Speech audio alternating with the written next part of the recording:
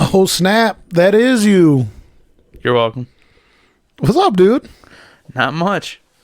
Dude, I haven't done a podcast episode in forever. This would be like, what, podcast episode? Yeah, big. What? I'm almost to 30, I think. Really? That much? That many? Yeah. Did you know the average podcast, they say, only lasts 13 episodes? I thought it was 9. Is it 9? Well, even better. No,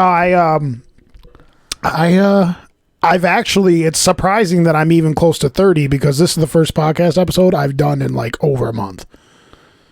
I've been busy with school. Like and like every time I go to do it, I get sidetracked. It's just one of those things where I really want to sit down and really do it for real.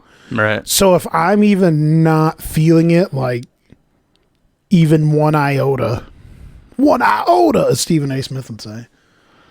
Or is it? No, it's Rob Parker. It says iota, right? No, absolutely not. LeBron James, he ain't one iota on the gray list. Tom Brady could suck my dick. Stephen A. Smith says stuff like soliloquy and that type of shit. He's like, absolutely perpetuous on the circular situation. Yeah, dude, he's fucking crazy. But no, I haven't done an episode in a long time, and I've been trying to get routine, make it part of my routine, but I got off to a bad start this semester in college. Listen, man, you just got to quit school. Be too cool for it. Nah, it's getting used to new school, new teachers, new people, like new classes. Like, it's weird. Most of my classes don't have that much work in it. They're kind of just focused on the quality of the work. Right. So I find myself just having to study for all of them all the time, except for statistics. Dude, statistics, I fucking hate that class. I would rather do a regular math class than do statistics. Like, what's in? So I'm taking. Is any particular statistics? I'm taking Psi 280, like Psi 280-80L or some shit like that. That sounds too fucking complicated. It's research statistics. So like it's teaching you how statistics work from a philosophical standpoint. It's not so much the numbers and the form. There's a lot of formulas, but it's more of like how they go about from a descriptory standpoint of how statistics work when you're doing research, which is fucking stupid because you have to learn how to use this program called like SPS or some shit like that, SPSS or some shit. And it's a program where like if let's say you and I did research on like, if you came to me and you're like, I got an idea, I want to do a research on if the color yellow makes people more aggressive, right? Jesus Christ. We filed a whole bunch of people in the room. We started testing out to see if yellow makes people aggressive with a whole bunch of different styles of research. We do an experiment. Learning statistics would be how you actually, when we're done taking down all our measurements from everything we study and measure, allocating it into formulas so that we could display it out and show people what our research said. But it's from a philosophical standpoint, kind of, so it's all like words. It's all descriptory. And then on top of that, you have to know the formulas and all these other things and do some math here and there. And it's just, the problem with the classes, there's so much fucking shit to learn in that class. Remember, like, when you take harder math classes, remember in high school, it's like you would learn a little bit and then you would drill it a bajillion times until you got it right. Right. Dude, there's so much to learn in this class. Every single day you're learning something new, and we barely ever do examples. What sucks about it is on Tuesdays is lab day. You have to go to the lab, and we do a little bit of lecturing, and then you learn how to use SPS.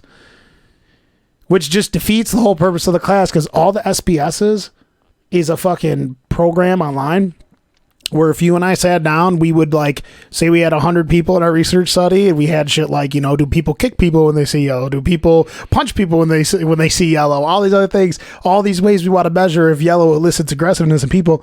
You would write down all the numerical data that you got from it into the program. Once you're done, you hit fucking enter and set it the proper way, hit enter, and it'll just go boop and show it to you on like 6 different style of graphs. You can just print it out and be like, this is what we found.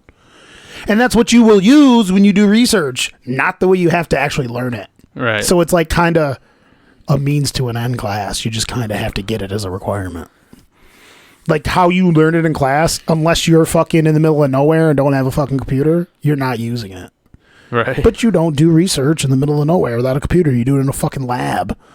or you have a laptop on you if you're doing like observational research where you're fucking spying on people. Like, so got off to a rough start with school, so I'm back on track, I think. But I don't know. It's just I've never had an issue so far in these handful of years of school. It's just this one's been rough. I'm hoping to just rebound, do the best I can, finish strong, and then take a break this winter and go back to it next semester. I got to make my classes, but yeah.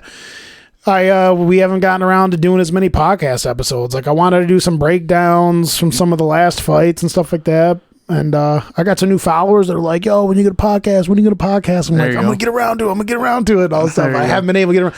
But now we're here, ADJ. We're back. This is Keepin a G Real podcast. We're not live because I'm scared to go live because my software, I don't know if it needs to be updated, but it keeps booting me off when I go live. Oh, really? It'll stream it for 5 minutes and then it boots me offline. And I don't know if it keeps recording or whatnot, but I've just been playing it safe and recording them and put them out there. How's everything with you, dude? No life, work, go home. That's about it. Wait to come on the podcast. Wait, you call that no life? Yeah, it's no life.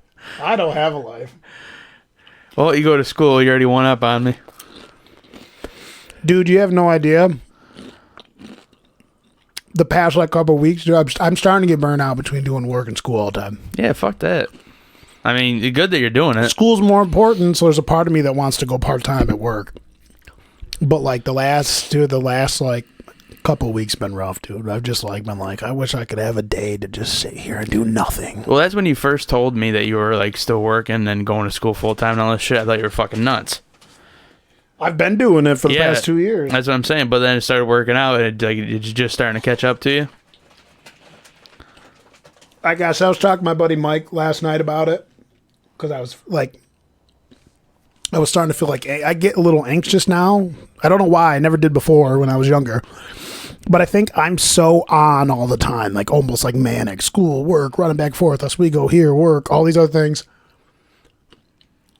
That when I actually get some free time to actually like relax and shit, dude, it makes me anxious because like I have a hard time shutting off. Like I can't like just sit here because my body, I almost feel like my body physiologically wants to just be like and just doing shit and stuff. You want to know how I know that's what it is? Is because whenever I'm feeling anxious, if I decide to just get out of bed and go do something, it goes away immediately. Right. That's because so I'm like constantly. I'm running ragged. It's driving me insane. Like last night, I did not feel good. I thought I was gonna have a fucking anxiety attack or some shit. I was fucking late in bed. I was like, oh, I gotta get up, take a shower. Took a shower, felt better, and just chilled. But yeah, but we're here. We're podcasting. Or got a lot of stuff going on, dude. NBA season's about to start. We're almost halfway through the fucking football season. I'm wicked excited for this NBA season. We're gonna get to the NBA. But right now, I finally have a squad that might be able to do something. Oh, those nuggets are coming. Those nuggets are coming for people. Let's check out the standings of what's going on in the NFL, and then let's just like comb through it and just talk about things like what we see in teams, what we didn't expect. I mean, we could start with the AFC East. Like, I mean, it's no surprise that the Patriots. I'm very surprised Buffalo Bills are 5-1. Do you think they're legit? Not till they get an offense. Not till they get an offense. Well, some of their games they've been able to score. Yeah, against Miami? That doesn't impress me. Their defense. They scored against the Bengals. Well, again, that doesn't impress me. Their defense is good. Defense is really good. I believe Cole Beasley is playing really well. But, I mean, there's really no surprise what the division is doing. Buffalo Bills' record is the only thing that surprises me right now. Patriots, 6-0, no surprise. Jets suck. Dolphins suck. Honestly, except for Darnold, did look good his last game. Well, the Jets frustrate me because I've been like banging the table saying the Jets have good personnel. I don't know anything about their coach. Who's the coach? Adam Gase? He was the Dolphins coach. Yeah, but he's the Jets coach now, right? Yeah. I just don't know what he plans on doing because, in my opinion, they have talent on both sides of the ball. I feel like if they could just get an offensive line, they wouldn't be half bad. Well, their best wide receiver is Robbie Anderson. Who's not that good. I feel like he's built more of a slot receiver. I thought he's a guy that takes the top off of defense. That's what I thought he was. But they just don't have like reliable receivers. You can't pass to your running back every time. Their tight end Hernan.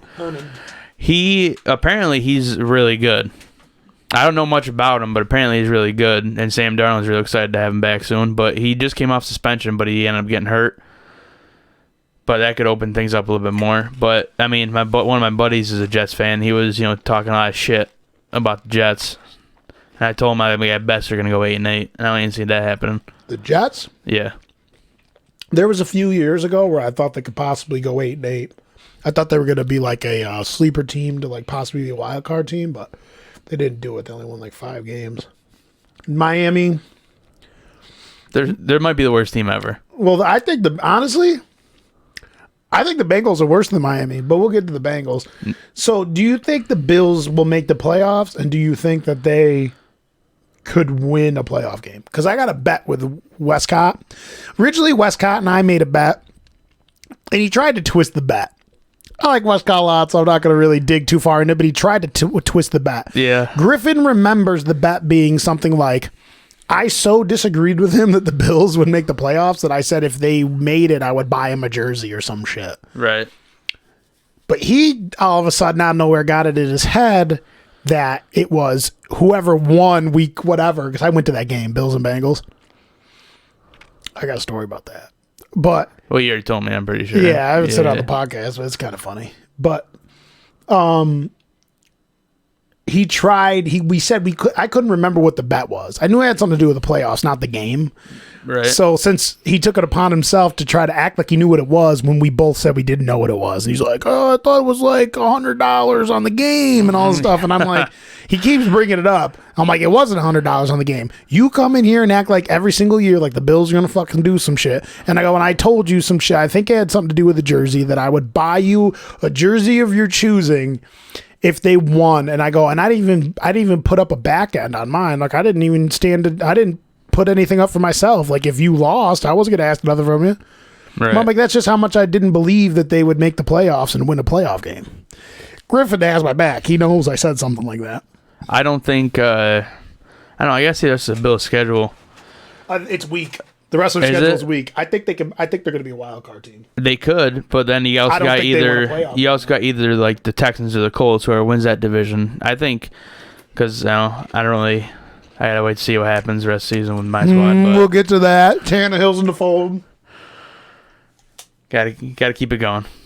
Tannehill's in the fold, man. Don't know if he will, but not. Because then again, like the Chargers defense is so like it's limping at this point. Like it's everybody's hurt. Which is annoying. If that defense was healthy, it'd be so good. They have such young, good players, but they're all hurt. They had a whole fucking list of players that hurt, and then more people got hurt during the Titans game.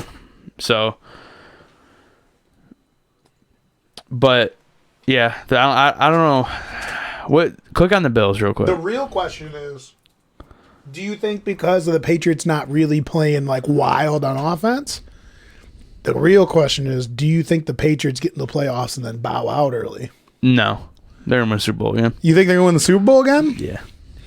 What if someone comes in and just drops points on them? Okay, so Buffalo plays Philly, which I think they're going to beat Philly. Then you have the Redskins, Browns, Dolphins, Broncos, Cowboys. That's weak. The only team that 100% that's going to come in there and beat you is the Patriots. All those other, let's be real here. They could easily win all those other games if they play to the best of their ability. They're definitely lose a couple, but they will lose a couple. But if they won every other game, when you look at these teams, if they won every other game and lost the Patriots, would you be surprised? I wouldn't be surprised. These teams are all bad. Not that they're bad, but like look how good the Cowboys are sometimes. But then sometimes they fucking suck. Right. Same with the Ravens. The Ravens lost to the fucking Browns by 20, and then they go in and beat Seattle the other day.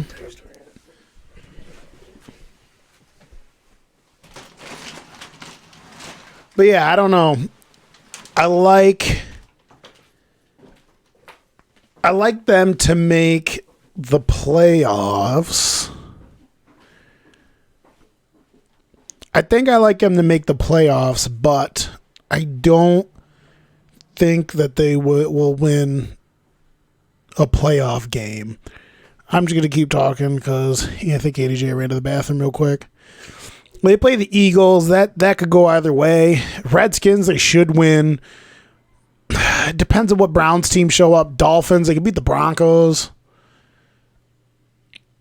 Cowboys could go either way. Ravens could go either way. Steelers are trash. They could beat the Jets. I think they'll win at least 10 games. They'll definitely win 10 games.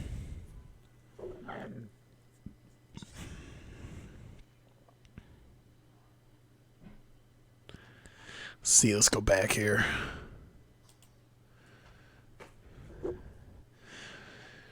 And then you got Miami. Miami, it's just fucking straight up tank for Tua. Although there's a kid that's starting to make a lot of leeway and catch up to Tua and what's his name there? Trevor Lawrence. Yo, Andy J, you ever see that kid Joe Burrow play from LSU? Yeah. Because I know you watch college football. So he's starting to sneak up, and there's some draft boards that I'm seeing. Because you know how I am. I don't watch college football that much. I just watch the game tape. Said I hasn't watched. Joe Burrow from LSU come out of nowhere, and now he's sneaking up and catching up to the guys. I've seen mock drafts where Joe Burrows, I think it's Burrow. Yeah. I've seen mock drafts of places that spots that I trust, saying that Joe Burrow is the number one pick, depending on what team falls there. Like if they say if Miami's Miami's probably going to take a quarterback, even though they got Rosen. Like you might as well. Yeah, I think the best player though is Jonathan Taylor, running back from Wisconsin. Okay, so you think overall player. I think there's 3 teams that are a lock where if they pick number 1, they're taking a quarterback. My team, Miami, who else? Jets won't. I mean, Washington. Is it inconceivable that Washington could take another quarterback? I don't think they're gonna take quarterback. I think the rookie they got to give him some time because they're throwing like. Ooh, Dwayne? Yeah, they're throwing a pile of garbage on top of him, and it didn't really react well. Big Dwayne. You know what's funny? It's so weird how this works.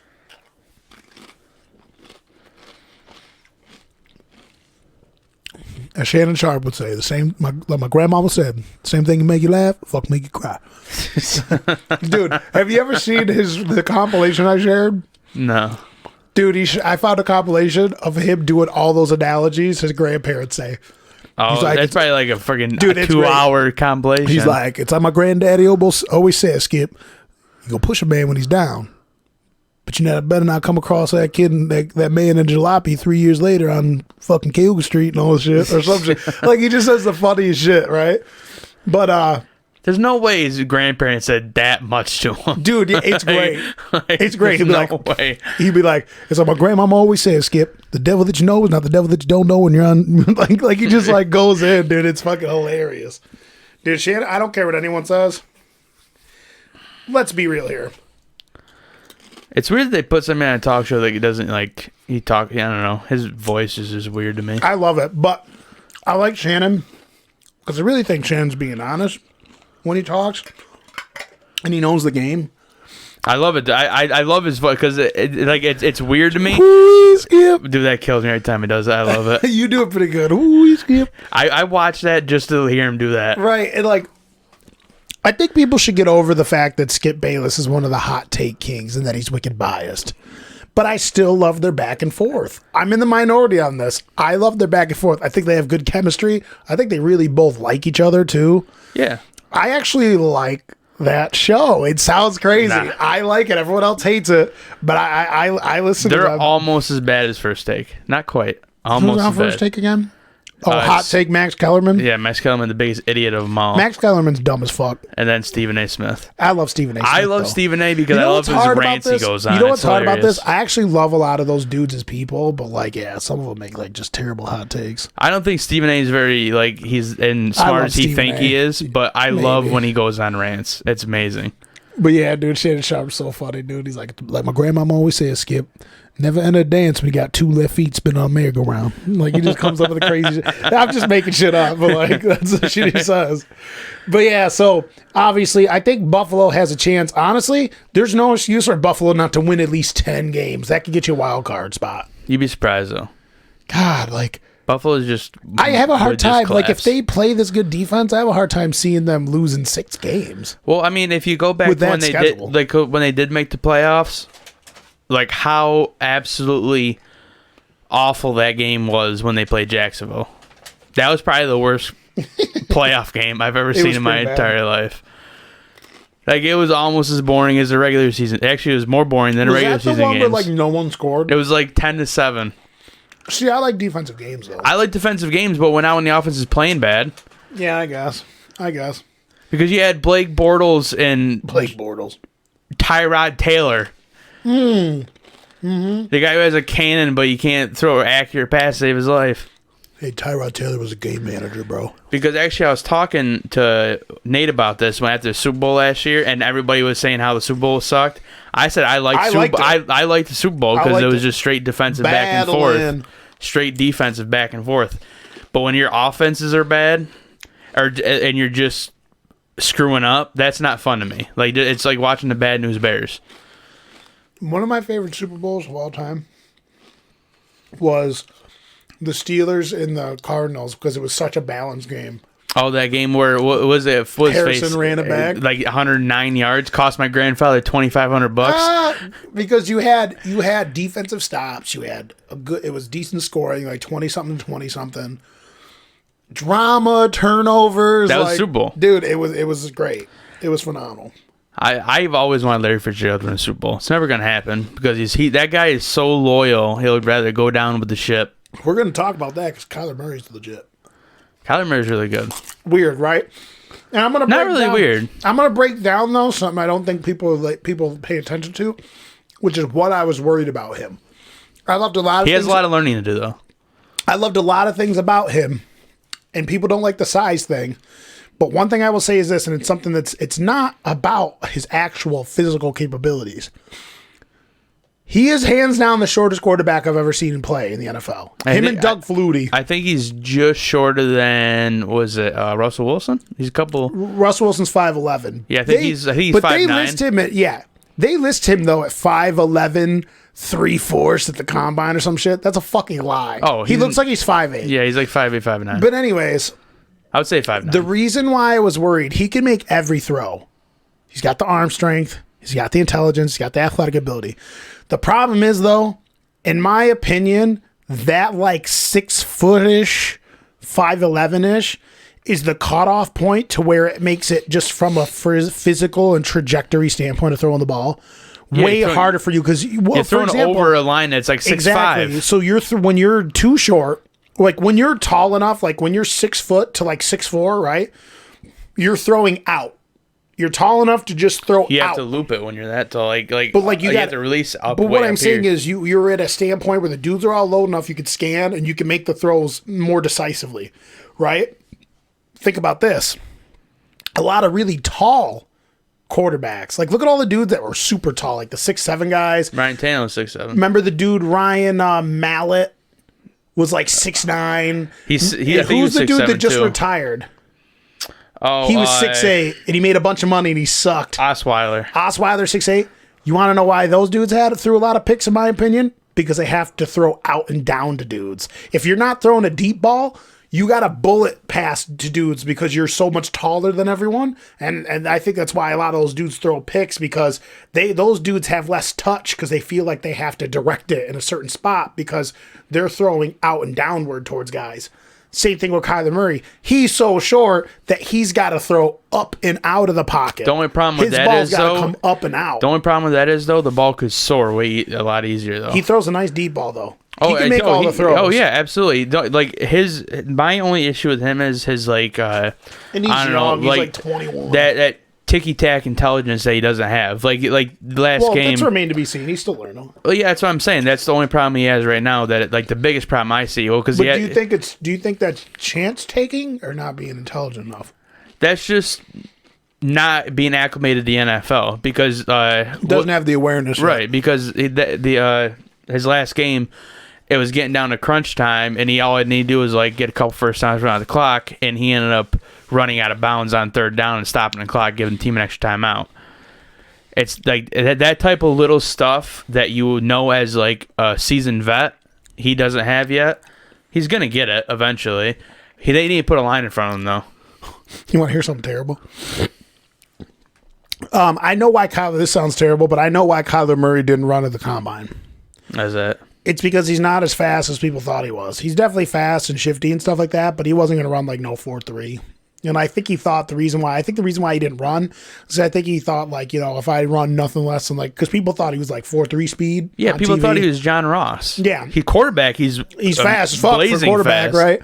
But he's just still not as fast as I thought he was going to be. I think that's why he didn't run. So I wrote that one day on Facebook. I go, and now I know why Kyler Murray didn't run the combine. I watched like some like chunky DN chase him down and tackle him. And I go, now I know why Kyler Murray didn't run the combine because he's not that fast. Now I wasn't saying he's not fast. Right. I'm saying he's not like 4.3 fast. And and lo and behold, this kid's never commented on any of my shit. Remember Josh Urbach? Yeah. He fucking hits ha ha ha on my post, like probably being like fuck you, he's fast. And I'm like, makes sense that the short, unathletic kid is writing ha ha ha, because he definitely probably sucks Kyler Murray's dick. Like Kyler Murray, you know how like young small kids like Steph Curry? Yeah. For a fact there's football fans that weren't good at sports that are tiny that are just like, fucking Kyler Murray, bro, doing it for us. And when I see that, I laughed so fucking hard. I'm like, of course. Sorry, Josh Urbach, if you're listening, there was nothing you could do about it. But like I know the psychology behind why he fucking thought that was funny. Because he's probably sitting there fucking Cheeto fingers with a fucking Murray shirt on, just being like, fucking do it for the short people, bro. You're fucking ripping this kid. Well, he played sports with us. He's trash. I'm sorry, but not everyone can be good at sports. Oh my god! I just thought it was hilarious. But you know me. That's how deprived of me. I have no room to talk because I'm short and I'm fat. I have no athleticism whatsoever. So. Yeah, but you don't think like that though. Oh man, that's fucking funny though. When I see that, I'm not joking. I was sitting here and I just started laughing. I'm like, oh, so you mean to tell me he's wicked fast? He's fast for a quarterback. He's not that fast. And you know what's funny is I said that he has agility. What's funny is, and what makes it even funnier is, he said that though after a while. He must have seen me say that. Kyler ran for 80 yards and scored on us rushing. I mean, the Bengals suck, but he was tearing us up on the feet. So once he seen him tear us up on the feet, I think he was writing ha ha ha because of that. Right. But it's like, yo, we fucking suck. They might as well line us up out there on fucking defense. The same result. You know what I'm saying? But I just thought you'd think that's funny. That was hilarious. And now we got the AFC North. I just feel like I got to start Lamar Jackson now in every single game. He's averaging 22 points in fantasy. He just scores. It doesn't matter if he's throwing the ball or running the ball. He surprised the shit out of me. Well, I liked him. All I said when I seen his game tape, I was like, he throws a good deep ball. That's accurate, but he's got to learn how to do everything else. You knew what you were getting with him. A kid with a strong arm who could throw the deep ball decently accurate. But you were like, okay, that his college offense was like they were throwing little short routes or deep routes, or he was running the ball. And it was like, dude, a lot of games are won by throwing the ball in the middle of the field. And I'm like, if he can't his accuracy is not that good. No. He's right now, from a statistical standpoint, he's in the 50s. It's just not that good. But I think as far as leadership, he acts like a fucking man out there. He can play. He can't play. And I think it's interesting. I think he wound up in the best situation, though, because that's a well-run franchise. I think the Ravens are going to win the division, by the way. I picked the Browns at the beginning of the season. I said that I never thought the Browns. All of us did. Well, I never thought the Browns were going to the Super Bowl. I said they need better. Now, especially now, I'm saying they need better coaching. Their coaches suck. Watch out for Mixon to have a career year because he was good last year and he's rushed for 40 yards. There's a few takes that didn't come true this year, but the Ravens have been surprising me in the way the rest of that division looks. It's looking for clear cut for the Ravens so far. Pittsburgh's on their 15th quarterback. Cleveland can't get their heads out of their ass, even though. You gotta give Rudolph a mulligan. He almost died. Fuck Rudolph. They might as well fucking send Urbach out there. Urbach will fucking light it up. Yeah. You know what I'm saying? Just nonstop. I just think it's funny. But yeah, dude. Speaking of Rudolph, did you see the hilarious? It looked like it was real. I'm pretty sure it was real. Did you see Juju Smith-Schuster's reaction to him getting knocked out? Yeah, he was crying. Dude, he almost fainted. Have you seen the video where he runs up to him? He runs up to him, sees that he's like spazzing out, like fucking foaming and shit. And he goes, and he falls out his butt. Like he falls back. I didn't see that part. He literally goes like this. We run up. Sorry, I mean, he runs up and he's like this, kind of like fit position, checking in on him. I could probably find it to you without the sound. It's hilarious. He runs up. And he squats a little bit to see if he's okay, and then sees that he's dying or whatever. And he goes and falls back like a cartoon character on his ass. Dude, it's hilarious. Dude, Rudolph did die that day. Oh yeah, His soul left his body. it was brutal. That was awesome. That poor fucking kid. I love that shit. That poor kid. But yeah, Steelers And put a first of all, fork in him. Fuck that cart driver. That dude should be fired. Why? The damn cart wasn't freaking fully charged. Oh, so that poor we would have bastard. been on that shit. So- Seth would have been out, but Seth would have been on that shit. So that fucking poor bastard had to walk off the field with half a helmet. Yeah, fuck him. Dang, dude, that it just died on the fucking field. He's lucky Vontaze Burfict was around. He would have finished the job. Dude, Seth would have fired those guys so quick. No. Montez Burr, what a piece of shit that dude is. How about this? Over under. What do you think the odds are that Cincy somehow finishes third place over Pittsburgh? I'm What do gonna you go. think the I'm gonna odds go are? way under. Pittsburgh sucks. Pittsburgh is bad, but Bengals are like top 2 worst teams in the league right now. I was already saying to someone the other day what the Bengals need to do, dude. Was that good to everybody? They need to bring Chad back, bro.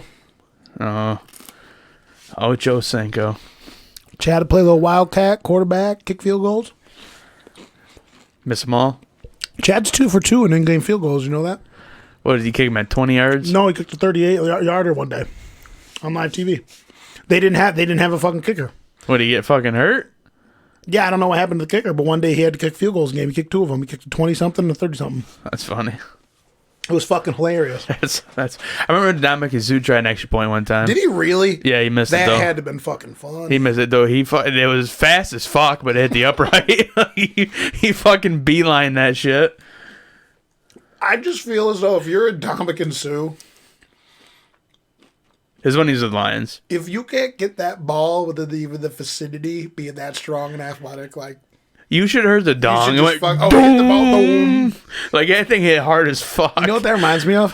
Have you ever seen? Do you remember the play where Random Jacobs ran a touchdown in through a pile of dudes? That happened like every game. Well, and he gets up and he's so excited he got it. He goes sprinting out the back of the end zone. People are like, "Where is he going?" And he runs up to this giant encaged. Oh, and he Game chucked the ball clock. at it? Yeah, he chucked the ball And at it was it. so loud. It goes boom, and everyone in the front row just goes like jumps back. Dude, Dude, he it was chucked so that good. fucking ball. Yeah, I expect Baltimore to win. Their defense, they play nasty. They got that Humphrey kids going around choking people and shit. Fucking. And then Cleveland, it's like Cleveland's an enigma to me. They're honestly on paper, they are one of the most talented teams in the league. But you know what I think they should do? Hot take. Hot take. They should trade Odell Beckham Jr. for as much as they can. They never Really? needed Odell Beckham Jr. in the first place. First of all, they played great with just Jarvis Landry and a bunch of other kids to fill in. They had the one kid, Callaway, that could go over the top, and Joku did his thing, and then fucking Landry did everything else. And they played great. You got fucking, and you want to know that's part of the reason why they're losing, because you added like fucking idiots. They added Odell Beckham to the mix, and you feel compelled to draw up plays to give him the ball. Meanwhile, you got Bradley Chubb, who's one of the most underrated players in the league, and if you give him Kareem Hunt coming soon. and if you give him 20 rushes, he's going to rush for 100-something yards. What do you like? The other week, they didn't even give him 20 rushes. He went for $150 something. You got all these flashy toys. You don't have an offensive line to block for you. It makes it so you can't be balanced. Your I would tackle is trade him for an Greg offensive Robinson. lineman. Your tackle is Greg Robinson. Your tackle is Josh Urbach. Greg Robinson. Okay, give me a second. You know, wait, hold on a sec. Fucking killing Hold me on a with sec. Actually, I got to give Josh Urbach some credit. Oh boy, here we go. You ever hear the story about Josh Urbach fucking got sick of Jesse Brewer's shit and fucking almost fought him or some shit? No. Jesse wouldn't fight him. Really? Erbach told Jesse he was a punk bitch. He goes, meet me outside and all this shit, right? No Erbach's shit. outside, fucking cracking his neck, rolling his hands like Vanderlei Silva and shit. And fucking Jesse would go out there. He's all doing that. He's out there like this, like fucking, what's his name? What's his face? Who does that? I don't know. Eddie Alvarez, where he puts his hands up and rolls his neck like this. That was Erbach out there. He was like shadow boxing. His weird little boyfriend there, Dakota McGraw, was out there probably rubbing his shoulders, getting him ready. Dude, Erbach was gonna fuck Jesse up. Jesse wouldn't go out there. No shit. Never heard that story. So, Erbach, if you're listening, you ain't total schlep. At least you're willing to throw hands. He's gonna piece you up. You keep talking to tell him. Erbach to come at me, dude. I'll hit him so hard his mama feels it. He's gonna piece you up. Nobody hears it. I'll hit him so hard Jesse Brewer fucking has a night sweat, wakes up in bed. But fucking, yeah, I think Baltimore's going to win. I think Pittsburgh's just going to keep sucking. I think Cleveland can make it competitive down the stretch if they get their heads out of their asses. But I really think, let me tell you something. I guarantee you if they trade Odell Beckham for maybe an offensive lineman and like a pick or something. You need an offensive lineman. Right? Fuck. You could trade him. Trade Odell Beckham to the Redskins for Trent Williams. But get rid of Odell Beckham. Trade him to the Redskins for Trent Williams. But dude. I guarantee you, Redskins don't need to add a big contract. Odell Beckham won't go there because they're called the Redskins. Oh, he shaved his blonde hair. Skip. I don't say that name. I'll say Washington. I don't say that name. I don't say the name Skip. You know who was on the committee that ended up approving that? Who? It was a fucking Indian chief. He's on the committee that came up with the name. And you know exactly what I'm talking about because you're part of this alumni. Full Red Raiders for fucking life. When we were fucking kids, we had helmets with Indian heads on them. Yeah. Remember, you had to we changed them. I thought that shit was fucking awesome. The Indians were fucking awesome. The Native Americans were awesome. And like, we could say whatever we want. We're not gonna go into political bullshit. It happened. It's in the past. Imperialization's happened to every fucking color and race everywhere, all over the world. However, I don't like it when Nate says it wasn't even that bad or some shit. We still took land from people, but that's a whole nother thing. They were fighting. I know they were fighting, and we just snuck in like scumbags and took them while they're fighting. We're just the latest ones to conconquer. Right. So we're the latest ones to conquer. Right. The tribe before that conquered it from the previous one. I loved representing that. I thought it was fucking cool, dude. Like, fighting fucking spear babies. Had Red Raiders on the jerseys. Word, dude. It's a fucking rap. So, I don't know. People, like, worry about shit anyways. Trade him to the Redskins for Trent Williams. You'll offload a big contract, and then you take a big contract. You're not really... They don't need to take on a big contract, though. They need to free up cap space, dump it in free agency. Trade him back to New York. He definitely don't want to go back to New York. But, yeah... I think they need to trade him. Trade him to the Patriots. I'm sure they got some good offensive linemen they can back up. They just need to find a way to get some fucking linemen. However they do that, I don't know. They need to find a way. But here's the thing. I've noticed Baker Mayfield's forcing throws. I watched him force a throw he shouldn't have thrown to Odell Beckham like 2 weeks ago. And it's because he's trying to get the ball to him. Yeah. He's not platonically letting it happen. But then again, I think all the weapons. They're running routes downfield when they would take a minimum of 3 seconds in the pocket, and he has a second and a half. So he's just kind of chucking the ball to where they're at that point. Right. Oh, we're at the nitty gritty here, dude. The AFC South. I am honestly. Will you believe me if I say I'm not surprised that the Colts are 4-2? They have one of the best offensive lines in the league, one of the best defenses in the league. Jacoby Brissett can play, man. The only thing was, I like T.Y. Hilton, but I don't like a lot of their skilled position players. So I just didn't know like if they would have enough juice. I thought they were going to be trash this year. I thought like 6-10, maybe 7-9, and I'm pretty sure is what I said. 6-10, 7-9. 6-10 for the Bengals would be fucking choice. But Indianapolis definitely surprised me this year. And then I don't know what to make of the fucking Texans, dude. Texans are fucking weird. I never know what to make of them. Like they have a lot of talent. They just got Conley from the Raiders. So because Conley, Garyon Conley. Is it Chris? Chris Conley? Oh, Chris Conley. Yeah, cornerback. Cornerback. There's another Chris Conley in the league. That's why I was confused. Yeah, Chris. For the Jacksonville Jaguars, the wide receiver. You got him. Oh, okay, yeah. Yeah, like Chris Conley from the Raiders, a cornerback, because I guess Joseph and another one of the cornerbacks is hurt. They're spread pretty thin in secondary. Jonathan Joseph's like fucking 80 years old. He played for the Bengals for like 8 years. I feel like I remember that, yeah. That's how old he is, dude. He played for the Bengals when you and I were in high school. Yeah. He's like 36. Their defense is aging. They're getting up there. And then Jacksonville. Yeah, talk about Hunter Minshew, dude. The man amongst boys, dude. Are you into Minshew mania? You part of the Minshew mania? No, definitely not. He beat my team. But his last game wasn't that impressive. I think he just eclipsed 50% completion percentage. But I'm impressed with his overall play. I was like, man, his 6th round draft pick. You know no who you way. should be impressed about? Who's that? Your boy. Shouldn't or should be impressed? Should be. Oh, you talking about Ryan Tannehill? No. Who's that? Your boy from Jacksonville. I don't have any boys from Jacksonville. Yeah, you do. I don't like anybody Your from boy Jacksonville. Fournette's playing off the chain this year. Fucking overrated. Dude, he's playing really good this year. Yeah, well, let's see him keep it going because he's been overrated his whole career. I'm just saying. Who did they play this week? I have not a clue. I don't keep up with their schedule unless they're playing Tennessee. Fournette was fucking running all over people this weekend.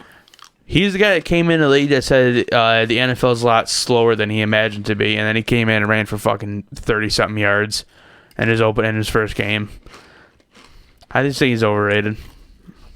Here's the thing. A lot of people think I'm wrong, but me personally, I think he's overrated. I'm halfway with you. Because the hype that he had coming in I will agree with you on that. They thought he was going to be the fucking next Adrian Peterson. Mm-hmm. Everybody was just all on his dick, and he didn't do jack shit. Here's what I will say. I agree with you with that. Consistently, I should say. The more contentious point for me is I think he's actually a high-level, pure runner. For me, why I think he's a little overrated. He's a bruiser. Is because he doesn't catch passes, and you can't line him up all over the place. He's a pure, like, line him up, single back power I formation. And just hope you block good enough, and he hits a seam, runs a dude over, and runs for a big-ass touchdown. But he could do all that shit. He looked really good. I've been saying it. He has not been healthy his first 2 seasons. That's why he hadn't played though good. And their offensive line sucks.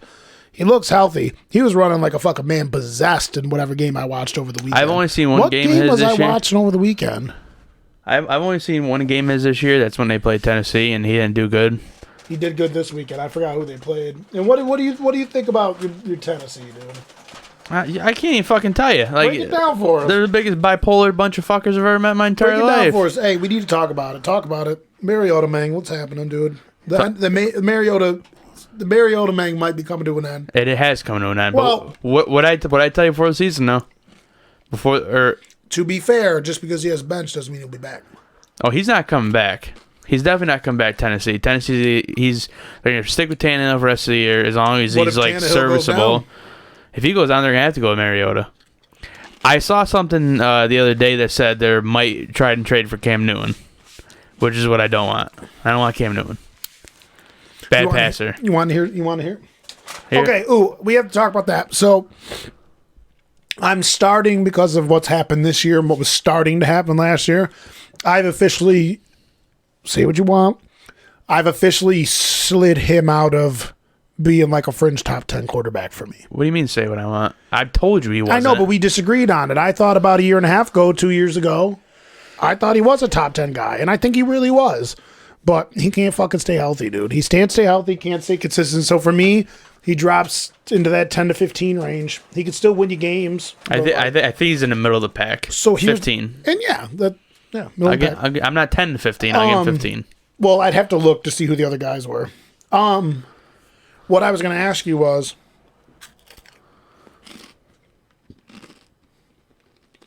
I'm trying to think. Oh. You want to hear a wild speculation from some of these dudes who get paid a lot of money to talk about this shit? Go for it. There's wild speculation that people think that Mariota is actually still a really good player. And that he's very athletic player. A lot of people are like, I think he'd be perfect on other teams. And people are saying, like, hopefully he is. Trade him. Like, everyone goes, Chicago needs to trade for Mariota. Chicago. It's because of the system they run. I mean, they tried to build that system around him, but and this is why I kept saying in his defense, he's had 5 different offensive coordinators and all Mariota? 5. Yeah. Now this system they're trying to run similar to last year's system to kind of keep it, going for him or keep that consistency. But he's a guy who A, can't stay healthy, B, doesn't have a fast pass. He's just very, very inconsistent. Like he'll have a game against I don't know, like the Browns one week he'll be pretty good, and then he'll play like he did last week against the Broncos and just play like straight trash. He doesn't have enough zip on the ball. He's not consistent enough. And I love Mariota, so this hurts. This hurts me. Time to draft another quarterback, man. I agree.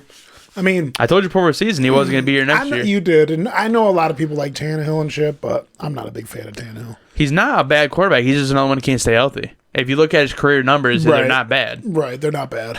They're serviceable. He played really good last game. Right. AFC West. Kansas City, Oakland Raiders, Denver Broncos, Los Angeles Chargers. I'm so sick of the fucking Chargers, dude. They break my heart every year. Like, they have so much talent. Have the Chargers not had talent on their roster every single year since we were kids? Yeah. Every single year they got talent. They've had Phillip Rivers since we were in high school. As far as I can remember back, I'm like They couldn't even win a Super Bowl with an elite defense. Phillip Rivers and LT. The record I remember them having, like back when I can remember them even playing, it was like 13-3, 14-2 every, like all the time, like that kind of consistent record, and they're flopping in playoffs. Is it Phillip Rivers' fault?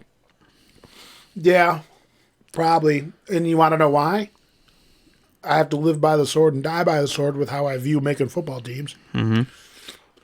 You want to know? Again, here's another thing that proves it to you. If your running back is the absolute best player on your team offensively, in my opinion, your chances of winning go down drastically. You want to know why they didn't win those games? Because Phillip Rivers wasn't good enough. Because I've always been a Phillip Rivers fan, and I still am.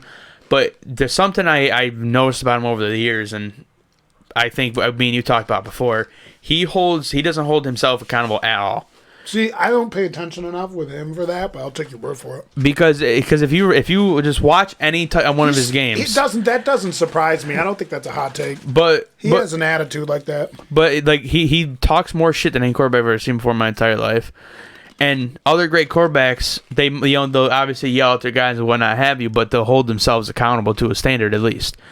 If you see him on the field, just watch any one of his games, if there's even something small went wrong, like an incompletion, he'll yell at the receiver like they didn't run the right route or they didn't run it deep enough or something like. Because I watched the game, obviously the game yesterday, where him in Tennessee, he threw an incompletion when they were in Tennessee's, I think it was in the red zone, and they were at least close to it. And he just threw a pass that went 4 feet over his receiver's head. And then he yelled at a receiver that he didn't even throw it to because they didn't run the right route. Like, you made a shitty pass. Right. At the end of the day, even if the play didn't go right, you threw a shitty pass. Right. Like, you had to hold yourself accountable for that, and he just never holds himself accountable. I don't know what he's like behind closed doors and the film room, anything like that, but on the field, he never holds himself accountable. You know what's interesting about this division? I'm surprised Oakland's been putting up the fight they've been putting against teams. They're 3-3. I agree. They're 3-3, and honestly, I've never been one of these people that thinks Derek Carr sucks. I just think Derek Carr hasn't been on great teams. I think Gruden's getting a lot out of Derek Carr this year. That's my opinion. A lot of people don't know like him. I don't know what his stats are looking like, so I can't tell you that. I like the young kid, the running back. Oh, Josh Jacobs. Josh Jacobs. He's been balling out. I'm glad you said something about him. This reminded me, and because I had to talk with Big Murph before the season. Big Murph's like, Andrew Luck is actually in a cryogenic stasis right now. I have the passcodes, and he'll be back to play for the Colts. They're going to sacrifice Jacoby Brissett on an altar, and it's going to infuse him with stem cells, and he'll never get injured again. Plus his therapist just quit. Yep, his therapist just quit. I made his bedtime snack for him last night. Yeah. Big Murph knows everything about every one of his players. But I sucked his dick. I didn't say that, Big Murph. R.I.P. to Andrew Luck's career, and shout out to Big Murph. Poor guy, Andrew Luck. Damn, he was so good, too. He'll be back. He could be. Badge will be waiting. He could be, but he's been taking too much punishment. Anyway, what I was saying, me and Big Murph said there's a huge draft bust potential in the running backs, wide receivers of this draft class. Because there seemed like to be a lot wrong with all of them. I don't like any of the running backs in this draft class. But so you far, talking about the kids that got drafted this year, like Josh Jacobs. I thought you were talking about the next set of kids. I'm not a big fan of none of the running backs. No, the guys that got drafted this year that are currently playing, but wide receivers and running backs. Just talking about them.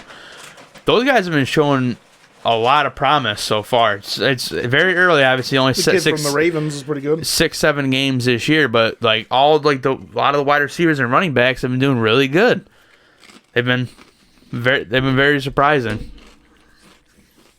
Montgomery, he played like trash last game. I think he had like 3 rushes and for like 9 yards and a fumble. I still expect Kansas City, obviously, to win this division. Apparently, Mahomes just dislocated his kneecap. Yeah, I've done that before. 3 to 6 weeks he's out, they said. You see the dude hop it back into place?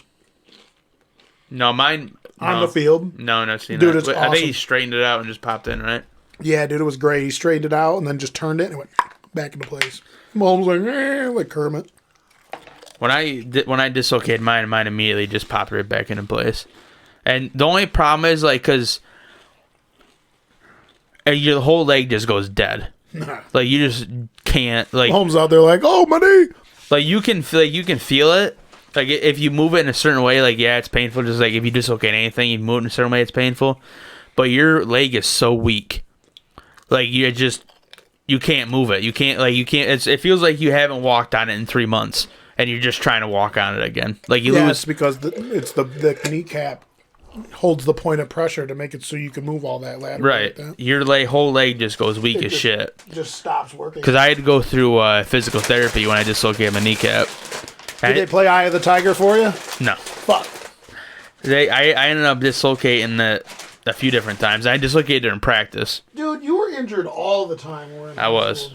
I was. I felt bad all the time. It's like I'd show up to practice and be like, oh, Baby J's injured again. I'm like, it's the 3rd time this week. Dude, I was way too out of shape for what I was trying to do. That's all right, though. You had fun, though, didn't you?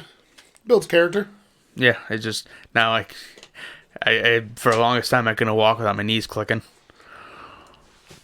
Yeah, I know, dude. My knees and shoulders are bad from playing. It fucking sucks. It's if only we had some dip and a fucking... I already got that covered. Yeah, I know you already got that covered. But yeah, I still think Kansas City's going to win. I mean, Oakland shows sometimes that they can be good. Their defense is not good enough. They score points, but their defense is not good enough to fucking... Only have to add Amari Cooper. Kansas City's going to run away with the division. And then, obviously, we get to the fucking soap opera of all divisions, the fucking NFC East. Now, oh boy. In my opinion, the Cowboys are definitely the most talented team out of all these teams. I agree. I don't think, obviously, I don't agree with the people that think Dak's worth $40 million, but I think we have to have the discussion that he's not bad, though. He's not average. Bad. I am his average. He's not elite, but I think he's above average. He's playing like it this year. I know Zeke played well, but if you look at it statistically every year, he's top 5 in efficiency. And something I've been noticing about Dak, he's throwing the ball deeper now. Yeah, he can play, dude. Like, honestly, I know what their issue is. And I'm happy you said it about Phillip Rivers. Because what you said about Phillip Rivers, I see it in the fucking head coach of the Cowboys.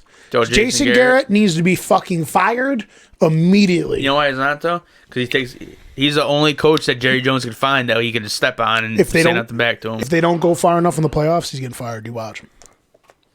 He needs to be fired like 3 years ago. No, listen, let me take it further. The only reason why he hasn't been fired, he wasn't fired 6 years ago, was because Tony Romo held that fucking team and won games for him together like a fucking, like fucking gorilla glue. He's the greatest quarterback that the Cowboys ever had. From a statistical standpoint, yeah. From a talent standpoint.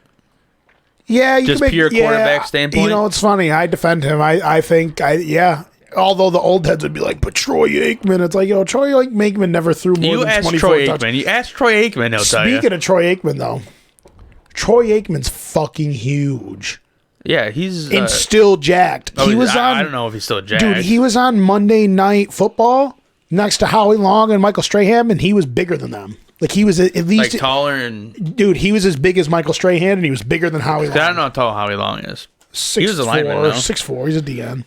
He was a lineman, wasn't he? Yeah, he's a defensive end. Oh, I didn't know he was defensive. But, dude... I would love to be in the shape fucking Troy Aikman is. He's got to be like 50 now. He's got to be pushing 50, right? He's got to be 50.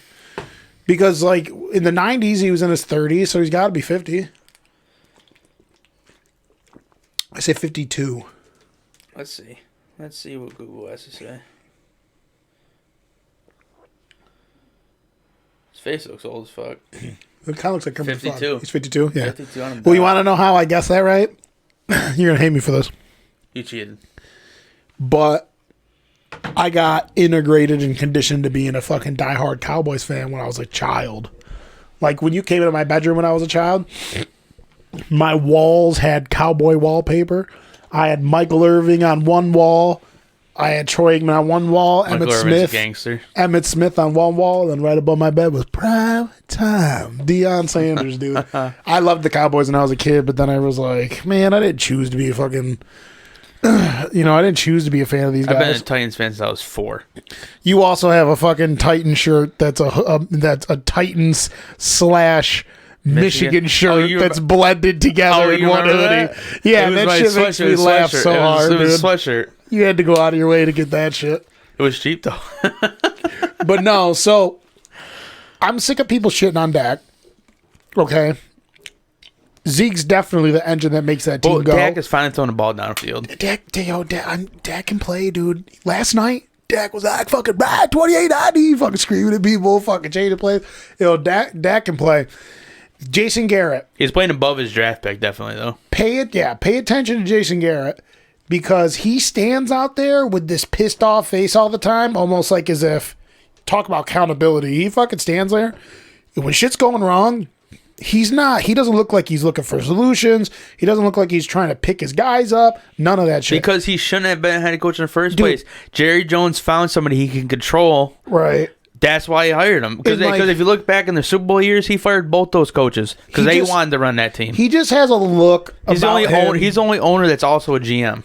He just has a look about him like as if in his head when shit's going wrong out there on the field, like it's everyone else's fault. But he like stands there and scowls like this. It's like, yo, why don't you fucking like go do something instead of fucking stand there scowling? Because he doesn't know what to do.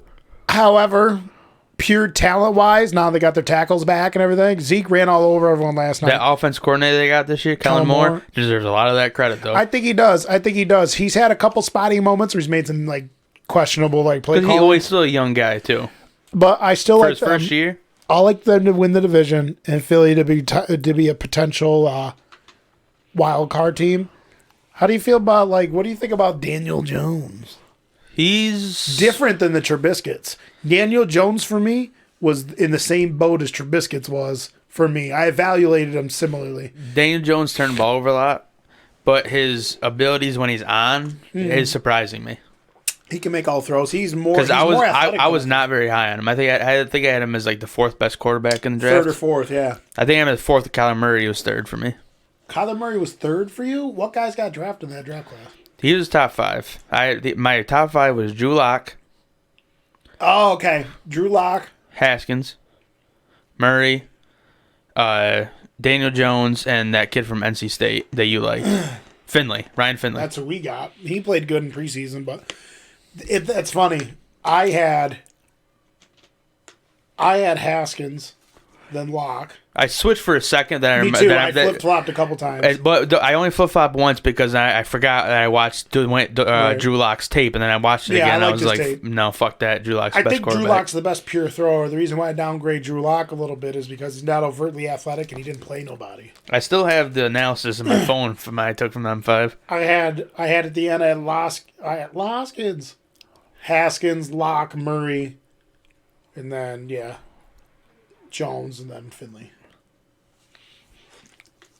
Finley tore it up in preseason, though. I mean, I know it's preseason. I didn't watch the Bengals who knows? If we got a chance to deal with the blue chip kids, we're gonna take one of them. We ain't playing fucking Finley, dude. In the preseason, the preseason, like the third game with preseason was always like the teller because that's when your stars played most of the games or played most of the game or at least the first half. Because then in week 4 they don't play at all. They like let the guys who are going to get cut play. But now they don't even do that. They play 1-2 drives every single game and then that's it. Now we're getting to the fucking thick. We're getting to the cream of the crop. And you want to know why I say that? Matt LaFleur. Green Bay. Do Green Bay and New Orleans have to go through each other to get to the NFC Championship, or could they possibly play each other in the NFC Championship? That's a tough one. Because if they don't, then San Francisco's definitely not gonna make it. No, you want to know why? I'll tell you exactly why. Because they're gonna make the playoffs. Of course, they're gonna make the playoffs. They're gonna win their division. Well, no, I lied. They're not winning the division. Seahawks are winning the division. Seahawks are gonna take it over. Seahawks are gonna win the division. San Francisco is gonna be a bona fide wild card team, and we're kind of hopping around a little bit, but I think Green Bay's a lock to go to the Super Bowl. A lock to go to the Super Bowl. That's my opinion. Yeah, Green Bay's a lock to go to the Super Bowl or New Orleans. If I had to rank, Green Bay's wide receivers need to get healthy. They didn't have to get healthy last week. Who'd they play? They need to play the Lions. Lions have a good defense, though. Well, they dropped 42 points on them. So. I'm just saying they had a good defense going in that game. I think, and I will say, I said this to Mike. Monkey box cutter? Yeah, I said Lions are sneaky good. They're sneaky good. They are sneaky good. They're not gonna make the playoffs. No, but they're that thorn in the side of every team they play. It's a trap team. They're a trap team. They could get you on a given night. They're the team that's gonna ruin somebody's playoff hopes. Yeah, they could. And it might be Minnesota's. Yeah, I don't know. Minnesota is starting to become dangerous. If Swaggy keeps playing the way he's playing, then they're going to be a threat to topple a couple teams. Because their team's one of the most, on paper, stacked teams in the league. Chicago never was high on Chicago. Not once was I ever high on Chicago. Trubisky fucking sucks. He broke my heart, too. I said he was going to be at least good, not great, but I said he was going to be at least good, and he just hasn't panned out. But I think they could ruin Minnesota. I tell you what, though, it's funny because the second I said, who is it? Cousins was playing like shit this year, which he was.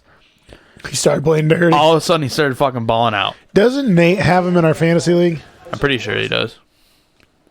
Let me try and pull up. Oh, the game's on. Oh, word. But yeah,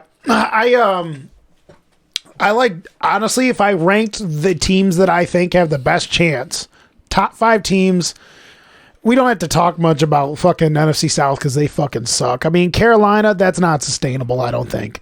They could potentially be a wild card team, but I don't believe it. I think you got to keep rolling with Kyle Allen, though. Yeah, you got to keep rolling with Kyle Allen. They're not going to because they dumped too much in the game. If I had to rank the top 5 teams that have a chance of going to the Super Bowl in the NFC, I have, in 1, I have Green Bay. Mm-hmm. 2, I have New Orleans because that team's nasty. Wait till Drew Brees comes back if he plays 5-0 Bridgewater. 5-0 at Bridgewater, but Drew Brees is going to come back and start. Of course. Drew Brees. Seattle at 3. This one's rough. Cowboys at 4. Minnesota at 5. So you don't have the Rams in there? No, I don't have the Rams in there. Honestly, my 2 wildcard teams are Seattle and Los Angeles. I think Seattle's going to make noise, bro. Because I think somehow Minnesota is just kind of going to fall off at the end. Yeah, I don't know. And then you got, let's talk about this real quick. What the fuck happened to Atlanta? They're the most talented team that's so bad. Their roster's got talent on it, man. And, what the fuck is their deal? They're 1-6. I didn't expect that. I've never been high on Atlanta, but Matt Ryan is playing like the Matt Ryan before last season. Oh, you mean playing is down to where he actually is because he's alright? Because I said Matt Ryan is overrated and he was bad, and I looked at his numbers last season. And I was like, he played really good. Year, yeah. And then, he was pretty good last year. They weren't. Yeah, he was good. Look at Jacoby Brissett right here. And they didn't give him that touchdown, which is crazy. Is that a catch to you? Ready? 1, 2. He's in. Got possession. That's a catch. They didn't give that touchdown to him. That's ridiculous. You got Moss. Did they? I thought they didn't give it to him. I don't know. They showed that you got muscle, and they said he actually. All right. Speaking of wide receivers, you know whose highlights I can't stop watching lately? Who's that? Fucking Steve Smith, man. Steve Smith was an animal. It's funny that you say he was an animal, because I think that's what I love about Steve Smith so much is, first off, you imagine what Steve Smith's stats would have been had he had a good quarterback? The people like Jake Delhomme was not that good of a quarterback. The only reason why Jake Delhomme threw all those touchdowns to him was because he was that good, and Jake Delhomme had an arm on him. Like, he could spit it out there and get it to him. You know what I'm saying? Like, he had velocity. Steve Smith had 800-something catches, 1,400-something yards, and 81 touchdowns, right? And that's with bad quarterbacks. But you want to know what I love about Steve Smith? Steve Smith is one of the only skilled position players that played offense like a defender. He got the ball, and he would go through you. He would go over you. He'd fucking stiff arm you. He would try to fight everyone. Like, he was just, like you said, he was a fucking animal. Like, Steve Smith used to brutalize dudes. I was watching his highlight the other day. Some 260-pound linebacker comes running at him, dude, trying to chase him. And Steve Smith fucking gets this dude by the face. For the people that don't know out there, Steve Smith's 5'9", 180 pounds. He takes his linebackers like 2 times my size, gets this dude by his neck, and just stiff arms him to the floor and just keeps running. Like, he has the attitude that Ray Lewis had. Yeah, like, but he's a wide receiver. I love Steve Smith. Speaking of Ray Lewis, this clip that I watched, I think it was a couple weeks ago. It was mic'd up moments from Ray Lewis or whatever. Oh God. And he got double teamed by these 2 Chiefs linemen, and they pancaked him. And he got up. He goes, "It'll take 2 of y'all. Yeah. It'll take 2 of y'all. Yeah, I'm coming. It'll take 2 of y'all. It's a man's game. Yeah. It's a man's game." One of my favorite things he used to say all the time was, he'd be like, 60 minutes. 60 minutes. He's like, "We a 60-minute football club, buddy." And all this stuff, dude. We a 60-minute football club. You know who had some of the best sound bites? Ray Lewis is cool, but dude, Brian Dawkins was a fucking psychopath. Brian Dawkins mic'd up was fucking awesome. Like, his speeches that he would give to people, he's like, "We gotta put our hands on him today. We gotta knock him out," and all this stuff. Wasn't he the one just convicted of rape? No, that was Darren Sharper. Darren Sharper's out here just fucking getting it in. How are you worth millions like that? You gotta be a fucking weirdo, dude. Damn, he's out there getting it in, dude. What a scumbag. All you gotta do is show people your bank account. And dude, I know. Prostitution should be legal anyways. Like, speaking of that, I had some dudes laughing because I was like, I can't wait for prostitution to be legal. I'm like, because I wanted to worry about getting a girlfriend. They're like, "What are you talking about?" I go, if I had money, I know we're totally going off the reservation here, but yeah, if I was making like a 6-figure salary, or I was making good money, right? Why would I just deal with relationships? If I didn't feel like being in a relationship, if I had the money, like, dude, I would so totally pay, like, and like, for me, I'm the type of dude where I don't need the sex chemicals all the time from women. Like, I'm not like, a lot of these dudes are like, "Oh," they feel like they gotta fucking chase bras. I'm never like that. I feel like if they just make prostitution legal, dude, fucking sexual crimes would drop. I really believe that. And I would be like, dude, I would fucking say, if I was like done with school and I was making some serious money, dude, if I really wanted some fucking to hang out with a girl and have a good time, dude, you could easily, if it was legal, you could just go right on the internet, fucking drop a G-bar, boom, boom, find some of the most hottest women, be like, "Yo, you, me, all weekend, we're going to party, get drunk, get down, all this other stuff, blah, blah, blah." And like, that's it. Like, there's nothing wrong with that. Like, I love how we can watch porn, right? And it's a big issue, but the minute someone like fucking actually makes some money off having sex, like, they're all criminals. Here's the reason why I think it's illegal. Is because they're not regularly tested. Well, that's what I was saying. So the reason we were talking about it at school, and I was like, I think that they should make it legal because it's going to happen anyways. And don't you like, we're America. We find, but what I'm saying, we find solutions to shit, or at least we should try to, right? And I think that, like, if they just made it legal, we had a huge debate about it in one of my psych classes. I was like, it's going to happen anyways. Prostitution happens. It's one of the oldest professions. I'm like, it's the oldest profession. It's the oldest profession. I go, if we made it legal, we could start creating programs and businesses to like make it safer for people. Like, oh no, make no mistake about it, there's guys prostitutes too. No, of course. Like, women act like it's just only for, like, it's only women that are prostitutes. It's like 90% of but them I'm just probably, saying, like, you know, so it's like, there's male escorts and shit. Like, I feel like if they were ready and decided, they could put practices and structures and businesses in place to make it safer for people from a physical standpoint and from a chemical standpoint. Like, imagine opening up your own business, high-level escorts, but, like, you get put on a waiting list because, like, you know, you both have to be tested, or else you can't go out on a fucking weekend date with each other.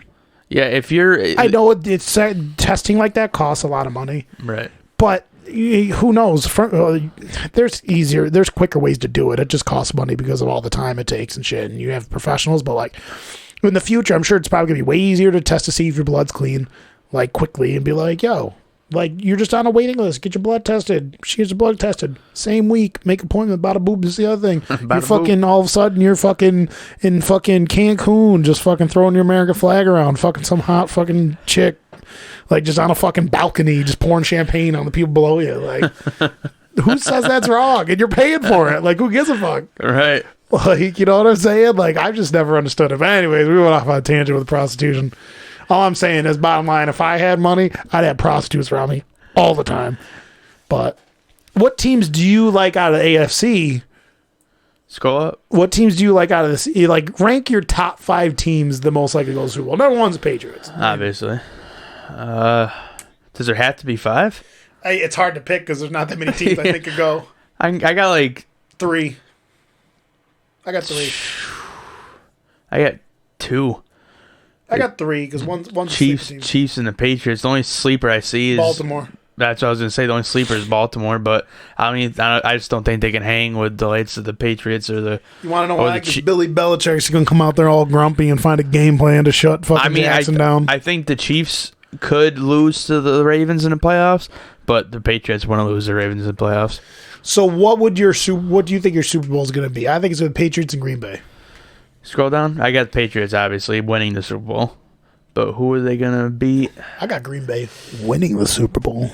Ooh, wow. Yeah, wow. Buddy. Yeah, buddy. Yo, speaking of that, I'll tell you what. I'll be selfish for a second and say the Saints. I would love to see the Saints win one. Speaking of that, before we shift gears to NBA, 2 things. I feel as though if Drew Brees comes back and they play well, and there's this girl that I'm friends with, and she actually is a diehard football fan. Find that hard to believe, but like she always is messaging me about like the Saints and shit, right? 'Cause she's a Saints fan. I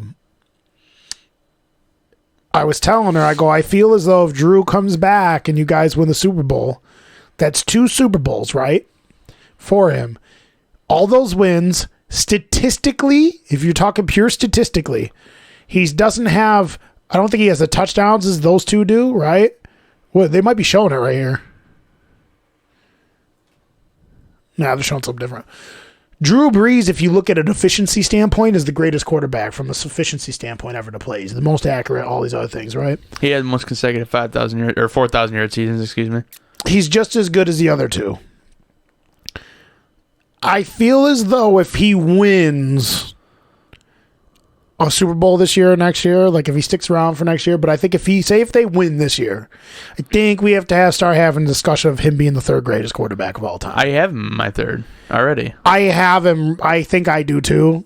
But like when you say it to people, they're kind of just like, oh, what about this guy? What about that guy? And I'm like, well, it's Tom and Peyton. Right, and then it's because I know how you like to go greatest and best different. Yeah, so I'll say the best. Well, we could just lump it all together. Best quarterback of all time is Peyton Manning because he was just the game manager of game managers. You talk about overall skill. Yeah, he doesn't have the legs, obviously. Okay, so I will say if you add the consistency element, it's Peyton Manning. You have to. But if you talk about overall skill, I still think Aaron Rodgers is the most skilled quarterback to ever play until Pat Mahomes matures. I think I have Aaron Rodgers number 4 all time on my list. Skilled?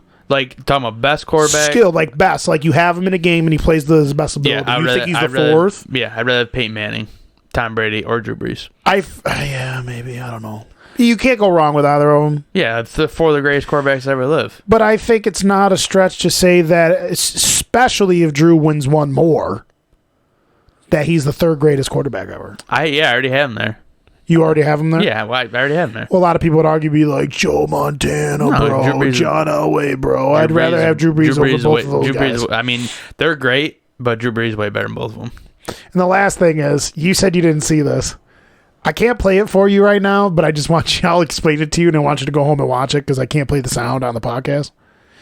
You've never seen the time Aaron Rodgers got brought off the field because he hurt his knee, and they were worried he wasn't coming back, and then he pulls a Paul Pierce and runs back out on the field and just starts. He looked like he was injured. Like he's rolled around my knee and all this stuff, right? And everyone's like, he blew his knee out. He goes back in the back for a quarter. This is early in the game. He comes back in the third or the fourth quarter and then just starts fucking slinging darts like he never and won the game. They came back and won. Were they down by 17 at that point? Something like that, right? I think it was against the Bears. Go home after this, or I'll play it for you when we're done. You got to see him because he went in the back and they put him on serious drugs and he's high as fuck. I'm not talking like, oh, painkillers, I can't feel nothing. I'm talking he's fucking zooted. Like I'm talking like fucking smoke show, fucking smoked out of your car. Like he's zooted. His pupils are fucking huge and he's cheesing and smiling and giggling. Like whatever they put him on, I want. And it's so he can't even talk straight. That's hilarious. And the interview's so funny. He's trying to keep his head down like this because the camera's on him, and he's going, and he's smiling. Dude, it's funny because you see me doing it. It's better when you watch it. And she's asking a question. He goes, well, I mean, he goes, we were in a very precarious situation. He starts using big words he's like never used before. He's just going to the wild. He's like, we came out. He's like, we made the adjustments. And all this stuff, and he's like going on, and she goes, what exactly hurt on? He gets wicked loud. He goes, it's my knee. He's like wicked loud. He goes, I don't know, and all this stuff. And he's like, we went back. He's like, we worked on it, and then by the time he gets to the end, he's just cheesing. He never smiles half the time, and he's just fucking, dude. He is euphorically elated, dude, and it's so funny. That's hilarious. I gotta show it to you when he goes, my knee, wicked loud, dude. It's fucking hilarious, dude. And when he says what they did to him in the back, he starts to super cheese because he can't be honest about what they did. They put him on something, and that's as old as time, dudes. It used to be like you got a cortisol shot and you ran out there, but dude, now it's no big secret. Dudes are on painkillers. Dudes are smoking weed. I mean, obviously everyone's on steroids. Percy Harvin was high before every game, you said. Yeah, dude. Percy Harvin is talented. He just never stay healthy. Dude, it was funny. I had a school project. I had to make a slideshow or whatever, and I had to present it. But I just got my wisdom teeth out, so I was running late for school, so I took all my pills at once. And then I got to school and I was high as a fucking kite. You were high as giraffe pussy? Sure. And my teacher looks at me and she goes, Andrew, what the hell is wrong with you? And I'm like, I turned around, I was like, I ain't gonna lie to you. I'm high as fuck right now. It was my German teacher, and she looks at me and she goes, are you shitting me? And I was like, and I told her like what happened, and I was like, could you please present? She presented my project to the class for me because I couldn't fucking stand up straight. That's fucking funny. No, I never got high when I was in high school. I got high a couple times after high school. More recently. That shit was wild. But yeah, we're gonna friggin' switch gears to a little NBA basketball. The season's tomorrow. You excited for the season? I'm very excited. This is my only actual good team I got. So you're excited for your team or the whole thing? I'm excited for the whole thing, but I'm more excited because I actually have a good team. Because I do like basketball. I'm not as entwined in it as the rest of you guys are at FedEx.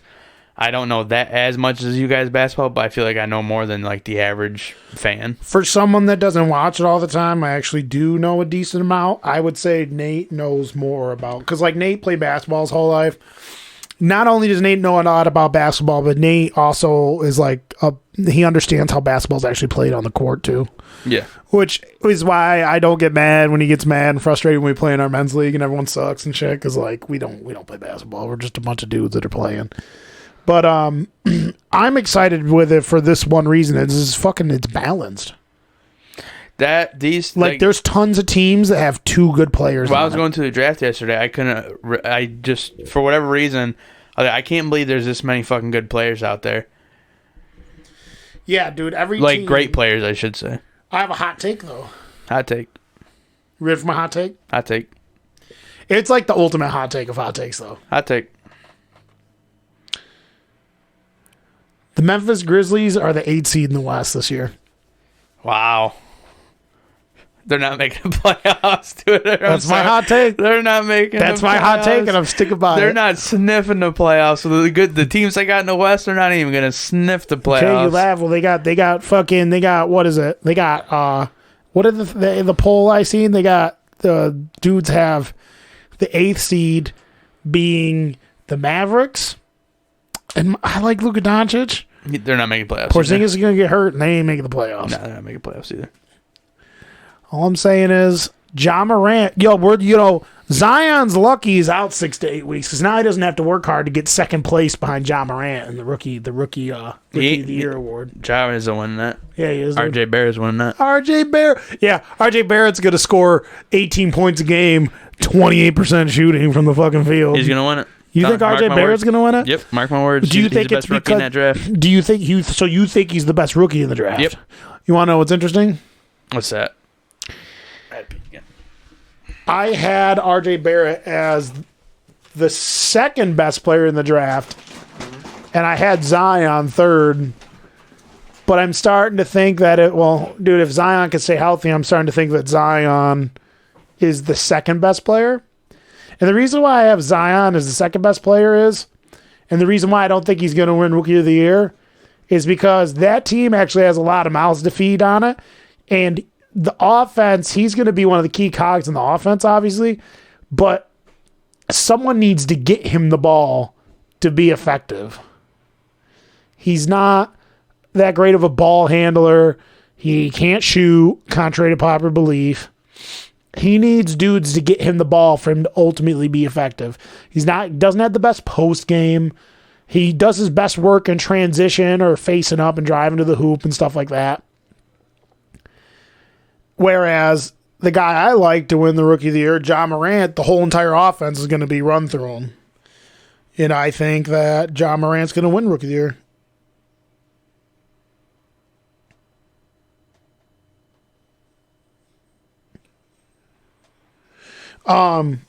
The only thing I will say in defense of Barrett is Barrett's going to have so much opportunity to just take as many shots as he wants. Barrett, I wouldn't be surprised if Barrett scores 20 points a game as a rookie or gets close to it, but it's going to be because of sheer volume of shots. Like, he's going to get tons of shots. Like, who's the leading scorer on that team? Julius Randle. They're going to play a lot through Julius Randle, and I love Julius Randle as a player, but the primary shot taker on that team is going to be Barrett, and he's been inefficient. It's one thing I agree with Nate. Nate's knock on Barrett is he doesn't think Barrett's going to be a good shooter at the next level. Now, he did shoot only 31% or 32% from downtown or some shit like that in college. I think it could be improved. It's not like he's got a fucking broken jump shot or nothing. I just think he needs to put work in the gym.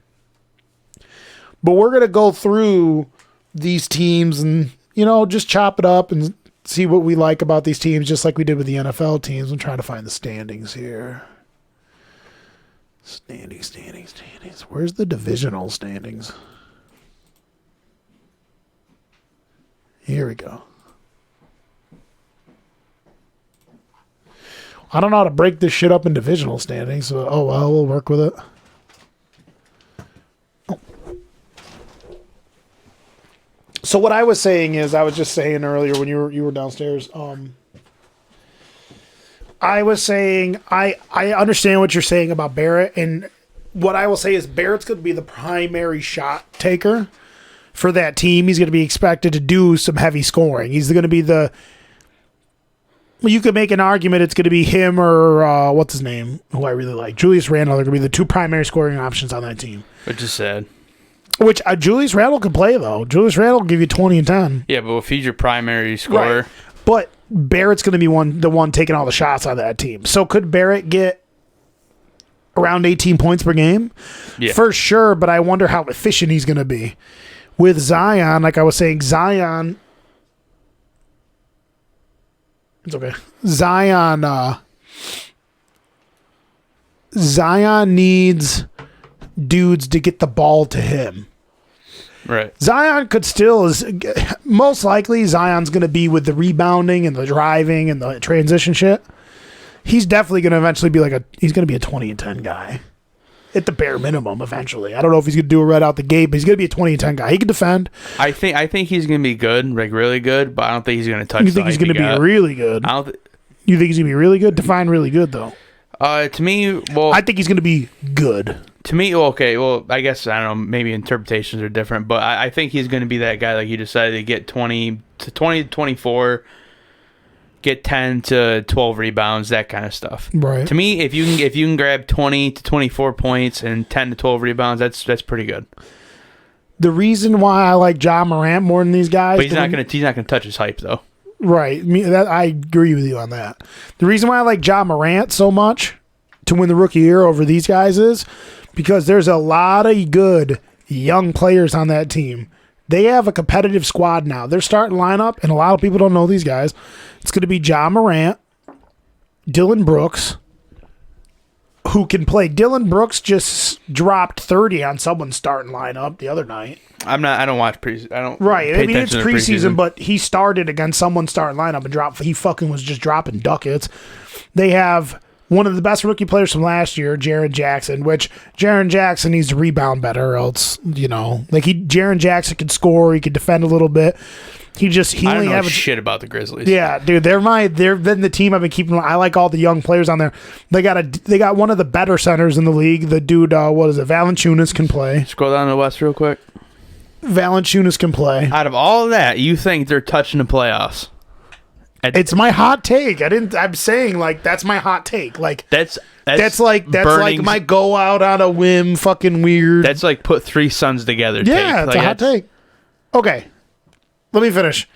The reason why I think Ja Morant's going to win Rookie of the Year is because he is multi-skilled, extremely athletic, and as long as he stays healthy, they're going to go out there with all those young kids that can score, and they're going to be the whole offense is run through Morant. He's gonna. I think he's gonna give them. I know it's the preseason, but you do get starting action.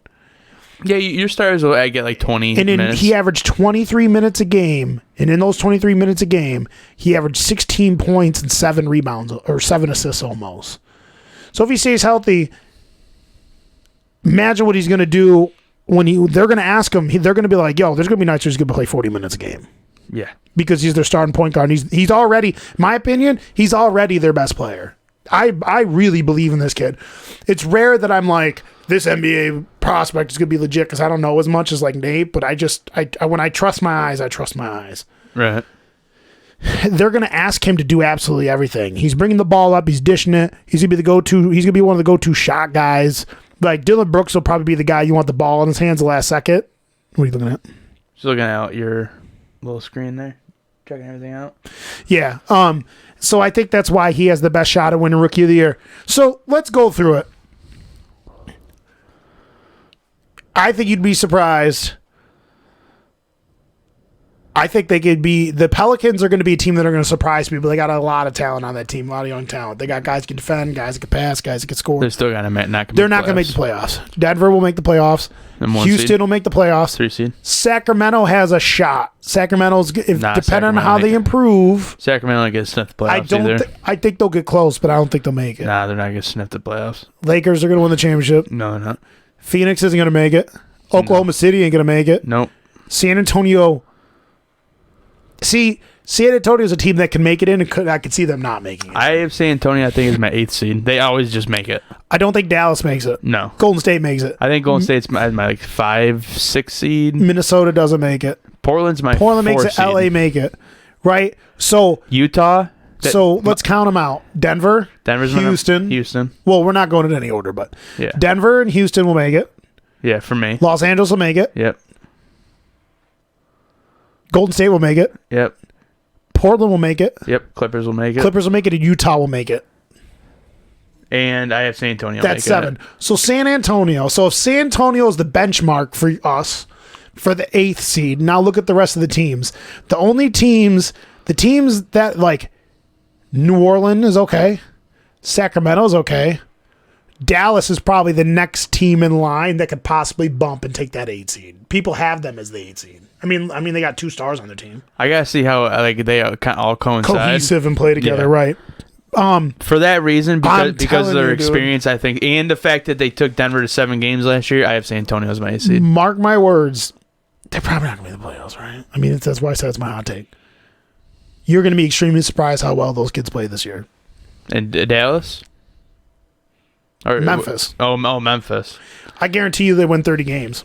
They only won like fucking 20. I guarantee you they go over 30 wins. If they win 30, that doesn't surprise me because it's still not good. But still, I'm saying that's if they can get to 500, then that'll surprise me. I guarantee you they get mid-late 30s in wins. That's almost doubling their wins from last year. But that's still bad. Right. But if you look at the teams that are left after what we just said, I tell you what, that's close to being the 8 If they can hit 40, that'll surprise the shit out of me. I almost feel enticed to make a bet on you about this. Make a bet. What's a bet? What's a bet? Go ahead. What's the mark? You said 40. Do we meet in the middle on wins? Nah, because 35 is still bad. 40 is still not going to make the playoffs. 40 is not going to make the playoffs, but that's 500. 41. Still. If they can put 40, if you want to bet 40, I'll bet 40. But I'm not going to bet any of the 30s. Because they're definitely not going to win 40 games, so I'm pretty confident on that one.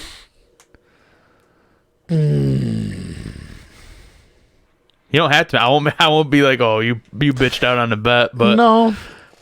We'll revisit this because I'm not joking. I think they could win 40 games. I think they could. You got to bet now. I think they could. You got to bet now. I think they could. Let me stew on it. They ain't gonna touch 40 games. Can you give me like a 10-game grace period to make up my mind? Nope. It's the Grizzlies. Give me a 10-game grace period. Nope. You make it before the podcast ends, or it's null and void.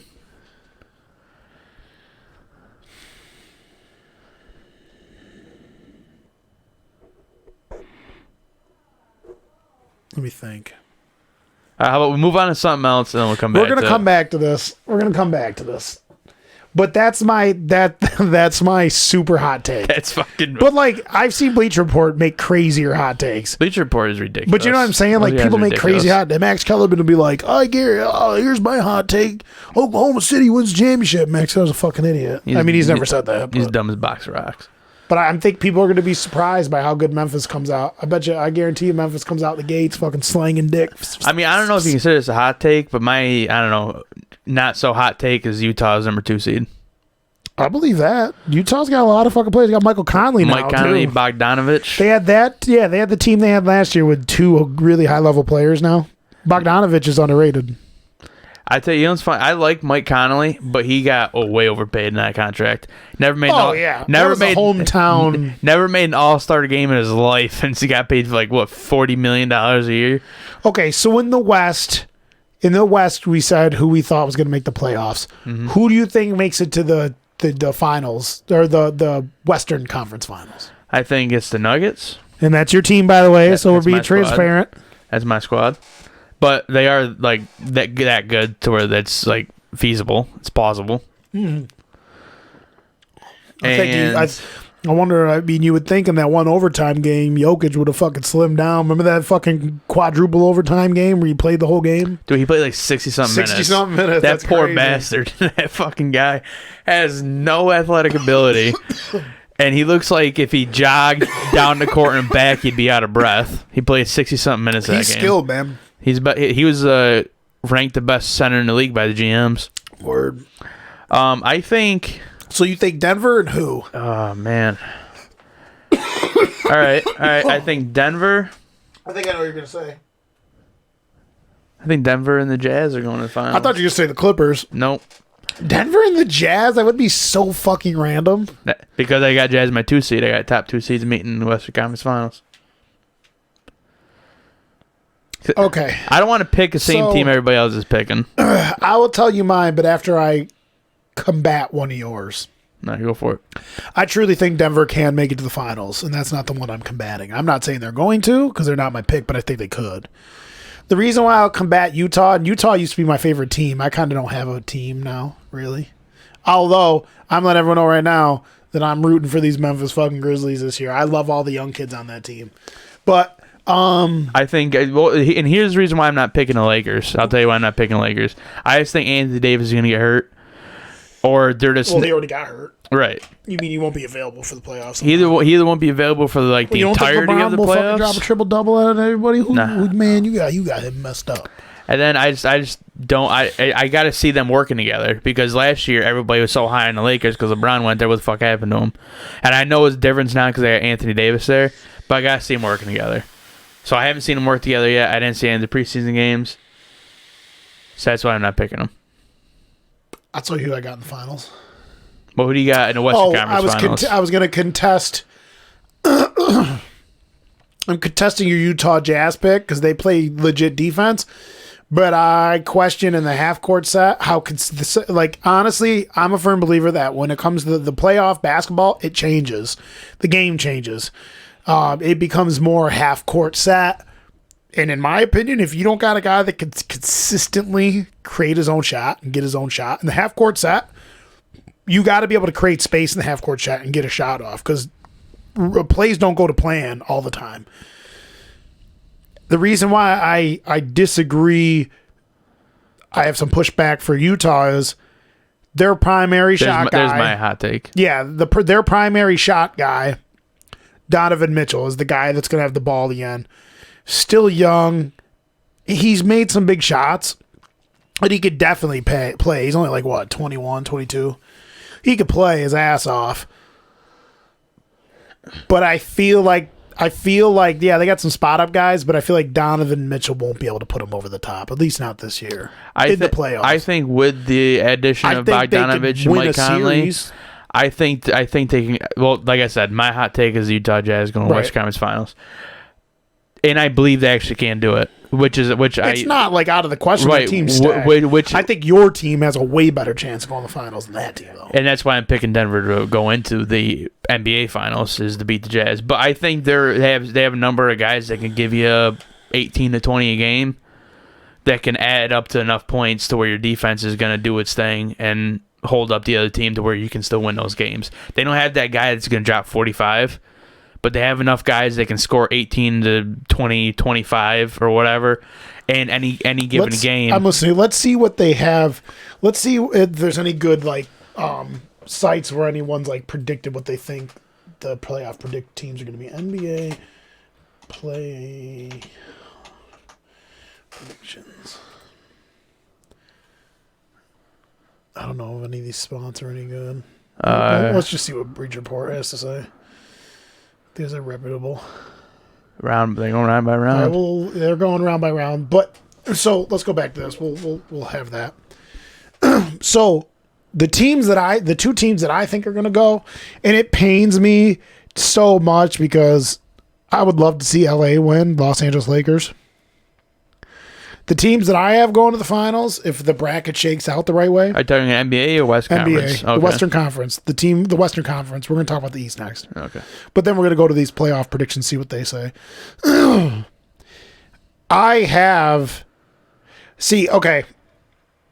I want to take the Clippers, but I have the Clippers going to the finals. Okay. But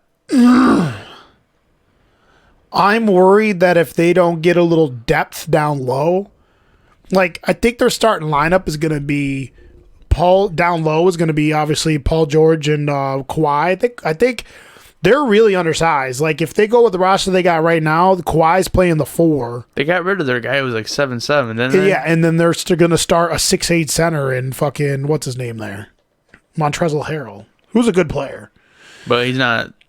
That just seems too small for right. So I kind of have which is funny because it's 6'8". I have an asterisk. If you'll allow me to have an asterisk, I have two teams. I have one team I definitely think is going, and then I have two teams that are they're tied. Okay, go for it. The team I think, this might be hot takey. The team I think that's definitely going. Go for it. I think Portland's going to the finals. NBA Finals. Yeah, or no, the Western Conference Finals. Okay.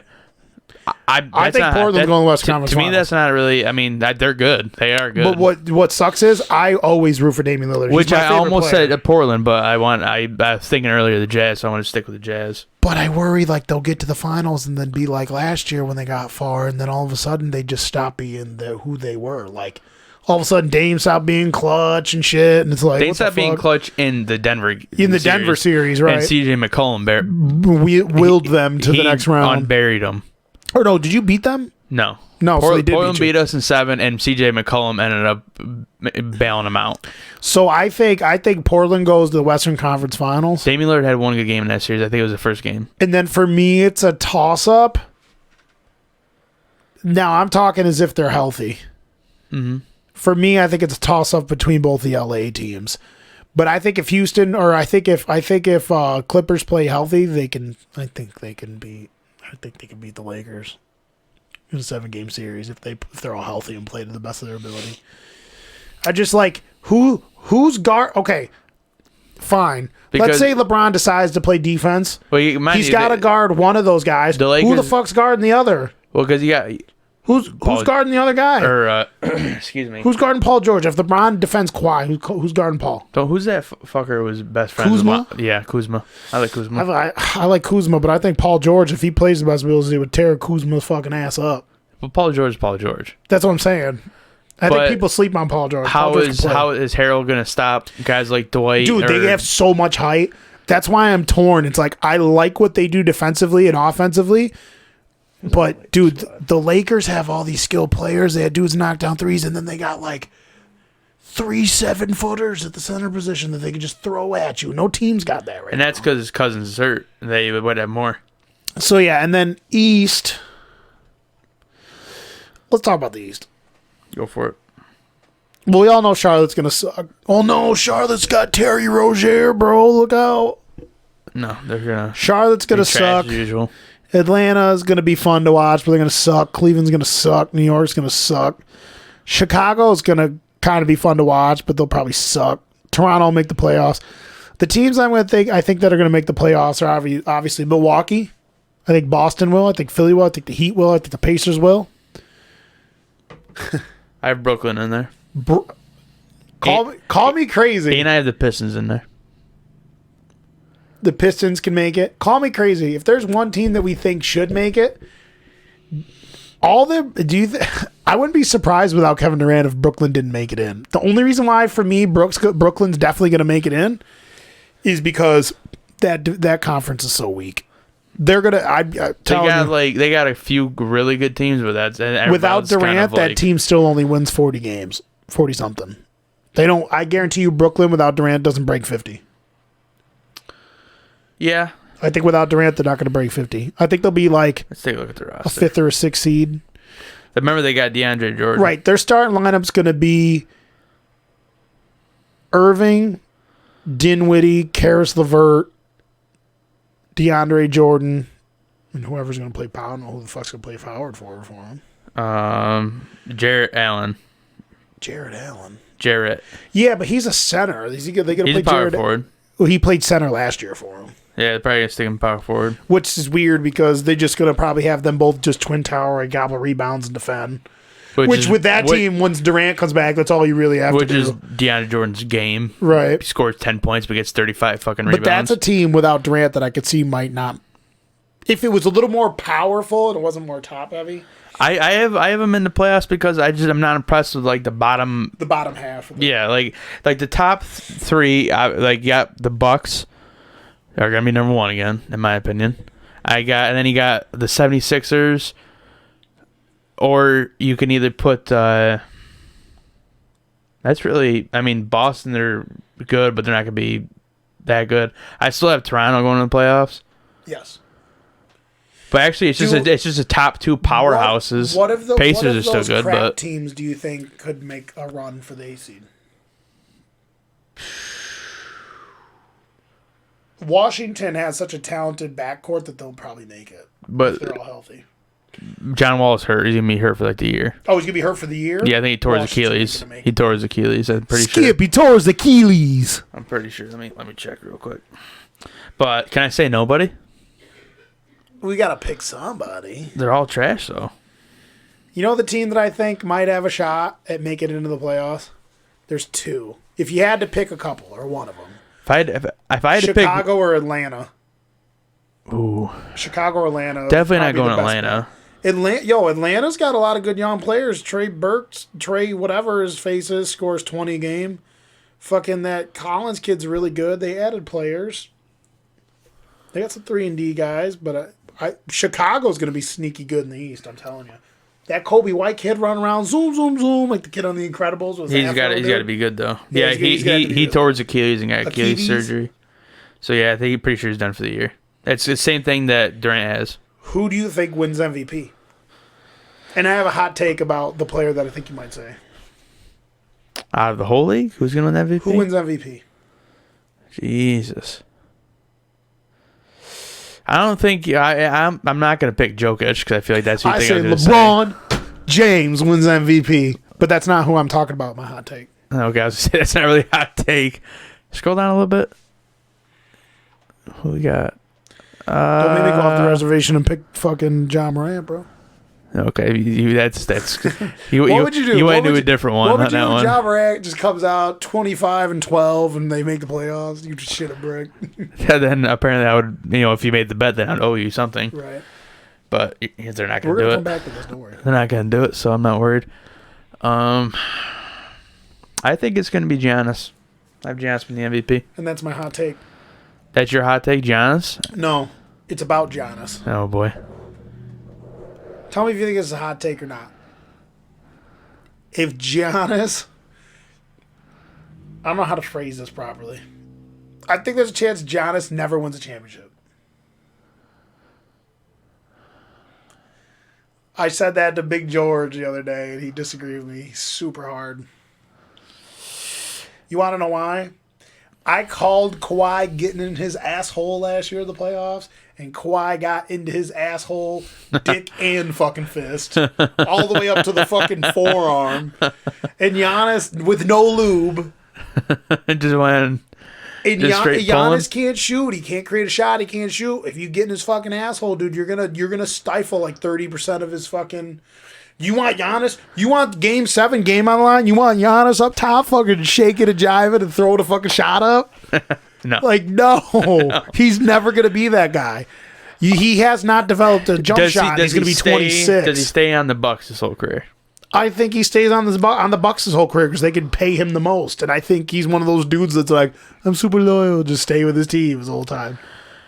It's not. I mean, look at all the great players and they won a championship. So is it? I'm not saying he's not going to be great. He's already a great player. That's what I'm saying. So but I'm saying he doesn't win a championship if he stays with Milwaukee for sure. I have my Milwaukee going number 1 seed, but I don't. It's not like out of the realm of possibility that he doesn't ever win a championship. What about Philly? You don't like Philly being the number 1 seed, bro? If they all stay healthy? Philly's my 2. Yeah, Philly's definitely 2. They're so fucking dysfunctional. It's ridiculous. Well, you never know. Butler's gone. Yes. And I can't fucking stand Jimmy Butler. I'm so happy he's out of there, dude. The best thing that, after he left the Bulls, his head got so fucking huge. Good. Dude, if you ever have because Anton's the best, because Anton knows shit like Murph. Anton will tell you all the shit that's wrong with Jimmy Butler. Anton will be like, back when he played at Marquette, he's like with Jameson Crowder, they used to get into it. Jameson Crowder was like, nah, homie, I don't play that shit. And all this stuff, blah, blah, blah. Apparently, Jimmy Butler's been like an asshole his whole entire career. College. He acts like one. He's a fucking prick. And then remember when he played in Minnesota, like dad had spat during one of the practices, he goes, you guys need me. You guys need me. What a fucking idiot. They do shit with him, they don't do shit without him. He's a good player, but I think he's slightly overrated. People are like, oh, Jimmy Butler. It's like, yeah, he's a two-way player, but he's really good, but he's not. He doesn't put up like 30 points a game. Yeah, he's consistently he's really good, but like I don't want. If he's the best player on your team, you're probably not going far in the playoffs. Now, I think people are. He's kind of like an Odell. Like he's really good, but he's so in himself. There's too much baggage. He's so into himself, like it's just not going to go anywhere. I think the Heat are going to be a tough out though. They play defense. That Tyler Hero kid's going to be fucking zoom, zoom, zoom, pulling up, shooting shots. Have you seen him in the preseason? Mm-mm. Fucking Tyler Hero. I didn't watch any preseason Some freaking games. white kid. He's like all over the place, fucking just pulling up from deep, just drain shots. I I personally don't see color, so I don't know. Oh, I'm just, in order for me to describe them, I don't see color. Dude, that's Don at work. Don's like, I don't see color. One race, the human race, and first of all, that's full of shit. Everybody sees color. It's how you apply it, and that's how you describe does people. That matter? It doesn't matter, right? But, That's that's the difference. It's no different than if you're like, I'm like, yo, hand me that cup. Which one? The purple one or the other one? The purple one. Like, how the fuck are you gonna know what cup I'm talking about? Right. Like, just hand me one of them. You know what I'm saying? Like, no. Grab me a cup. Like, I don't know. People are fucking ridiculous. Everybody sees color just how you put it in your life. Like, it's well, you want to get wicked crazy? Oh boy. It's not sports talk, but you're gonna get canceled. Yeah, I'll get canceled.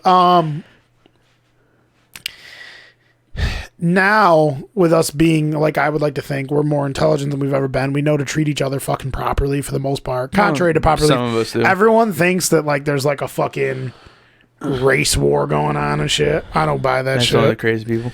George and I were talking about that the other night, that, like, 98.999% of the people that fucking live in America are not fucking racist. Like, that's my opinion. Like that's just my opinion. Like especially from our generations, do you rarely come across anyone that's fucking says and acts fucking racist openly all the time? I can't remember the last time I came across someone who was literally like, I hate these group of people for this shit and that shit. Okay, like an actual racist, we make fun of him because we act. There's like a difference between we joke like Stab. You can bring up Stab. Yeah, that's what I'm saying. Yeah, I don't know. I'm worried about Stab. He might be close, but I'm saying like I can't. I've only remember, met one in my entire life, unless they're old. And when I have met them, it's because they're old. I met one in my entire life. He wasn't old. He's my age. I'm not gonna say his name. Well, a lot of people are gonna be secretive about how much they hate everyone. It's like, I don't know about that. Well, because if I have a problem with someone, I fucking tell them. This kid, like, he's my age. I'm not gonna say his name, but he actually told me like he was. He's like, I fucking hate the coloreds. He did. What a scum. But that's the only person. Like, I mean, old people may say shit like that would not okay in society today. I just think it's funny. I was explaining, people get mad because I'll say shit that like this is true. Back in the day when people started sprouting up all over the world, back in the ancient days, if you fucking came up over the hill with your fucking tribe and you're brown and you see a group of people coming over the fucking hill that are white and vice versa, you're going to be fucking weirded out. Like, it was part of your survival. Like, there used to be like straight up, because like we're sentient humans, we're intelligent, we fight against our biology all the time. Back in the day, things that were biological norms, we know are fucking bullshit now. We don't fucking play into that shit. Like, I'm like, you mean tell me that if the Vikings fucking came up over the hill back in the day and found a fucking desert and rolled into fucking Egypt and seen people that were dark, they wouldn't be like, fuck, I didn't know people can be any other color than white. And the Egyptians would be like, who are these big fucking white dudes with fucking carpets on rolling in here? Right. You know what I'm saying? Like, you know, so when I talk about that stuff, that's not the cultural environment we live in now. But it's just funny when you like talk about that shit. People get so weirded out. If you say anything, like any type of like controversy whatsoever, all of a sudden you're racist, homophobic, who hates support. This is right up your alley. You want to hear something funny? Oh boy. So I'm at my college campus, and I come out into the courtyard. This is a really cool courtyard where they paint it every year and all this shit on the ground. And I'm just chilling out there, minding my own business, just waiting for my class. And all of a sudden, some old white dude comes walking into the fucking courtyard, and he just puts the stuff down. He's just standing. I've never seen this dude in my entire life. And all of a sudden, this dude starts preaching, dude. And it was like religious shit, dude. And it was... Why is it on my... Dude, I hate when people do that. It was so fucking funny. And I recorded it. You didn't see it on my Facebook feed? No, I don't... I recorded the whole thing. He's going... Oh, dude, it was great because he started out like low, like rumbly, like a real preacher does. He's all like... Oh, you all know it's coming and all this stuff. And like, he's like, all of you kids, boys and girls, and men and women. He's like, you're all out here in your college campus. He's like, doing drugs and having sex and drinking, and he's like having gay sex, like freaking out. These girls were walking by innocently just holding hands and talking, and he goes, you to him and all this stuff. He's like, women are for reproduction. He's like, I know. He's like, you're going to hell, right? All this shit. So he's going after everybody. Jesus. Anything that invoked and went against his religious principles, dude, he was just trying to bury people. And the best part was, I try to tell people all the time that they shouldn't give a shit what people say, and that you shouldn't, if you're going to freak out and make a big deal over someone that has bad ideas, you're only going to make it worse. You're giving that person a platform to fuel and incite that shit. That's why I've never understood why people give two fucks what people say. So I'm laughing because I know I'm older and I'm more mature than these kids. Do I think everything he's saying is wrong? 100%. But I think it's fucking funny because I know it's wrong and I don't care. Like, and dude, and I'm standing there filming it, and I wish it's gone now. I put it on the story feed so it goes away after a day. I didn't save it, but you would have loved it. I wish you could have heard me the dialogue. He eventually gets surrounded by like 80 kids, dude. But he keeps going. Like, he's hard. He's going hard. There's people arguing with him. There's people like this close to him, and he's just going, run, raving the bio around and screaming. He's like, and all this shit, right? Fucking. And dude, I'm not far from him, and I'm recording it. I'm like, don't round the children now. I'm like, don't round the children. I'm like, it's children to the core and all this stuff, dude. Because they were getting so bad. Like, I worried for this dude's safety. I'm like, dude, there's kids in his face, and he was telling them like what do you expect? One kid looked like, like he could be like, one guy looked a little more feminine, right, which is fine, and he's like, you, and he tore him up, was calling him a fucking fag and shit, dude. I was just like, oh God, here we go. Dude, it was bad. And I'm not joking. It got worse and worse and worse until the cops came and broke it up. Like, I walked away after I was filming, sat in my class, and my class just happened to have a front row view of it. Dude, and I just sat in my class and I watched. Kids were late to kids had to be late to their classes. Like, I'm not joking. It got to the point where probably like, the campus is decent. I want to say like a 12th of the campus stopped and surrounded this dude. And I'm like, these kids are all gonna be late for class. They'll argue with him. He apparently didn't have a permit to protest, so the cops told me he had to leave. And he goes, I'm going to come back with a permit and drop the Lord on you. He's freaking out and all this stuff, dude. It was so good. But he started out, it was great. Like, he was such a showman. Like, he started out all low, and he's like, the Lord is going to come. The Lord is going to you all going to suck dick and burn and all this shit, dude. It was great. He's like, he kept repeating like this line where he was like, because all you do is drink and fuck and fornicate with the same sex and do drugs. He's like, y'all think you're cool and all the stuff here, getting your education. And he's like, that part I agree on him. But he's like, meanwhile, he's like, you're not doing what you're supposed to do. He's BS like, education. He goes, you're flirting with the devil and all this shit, dude. It was so fucking funny. See, I have my own beliefs or whatever like that, but I hate people who actually do that. Yeah, right, dude. I could see you right there with him, dude. Just fucking spitting lip or spitting dip on people. Listen, man, just don't walk in front of me. I'm just saying, dude. I thought you'd think that's funny, dude. I had it on video. It's hilarious, dude. It was too funny. And then, is it bad that I get just as upset at the kids that really take that shit seriously? I don't blame them. Because I don't blame them. Because but if you're gonna start shitting on people, you gotta wait for be ready for the response. But there's a part of me that understands that you can only control what you can control and how you think and how you influence people.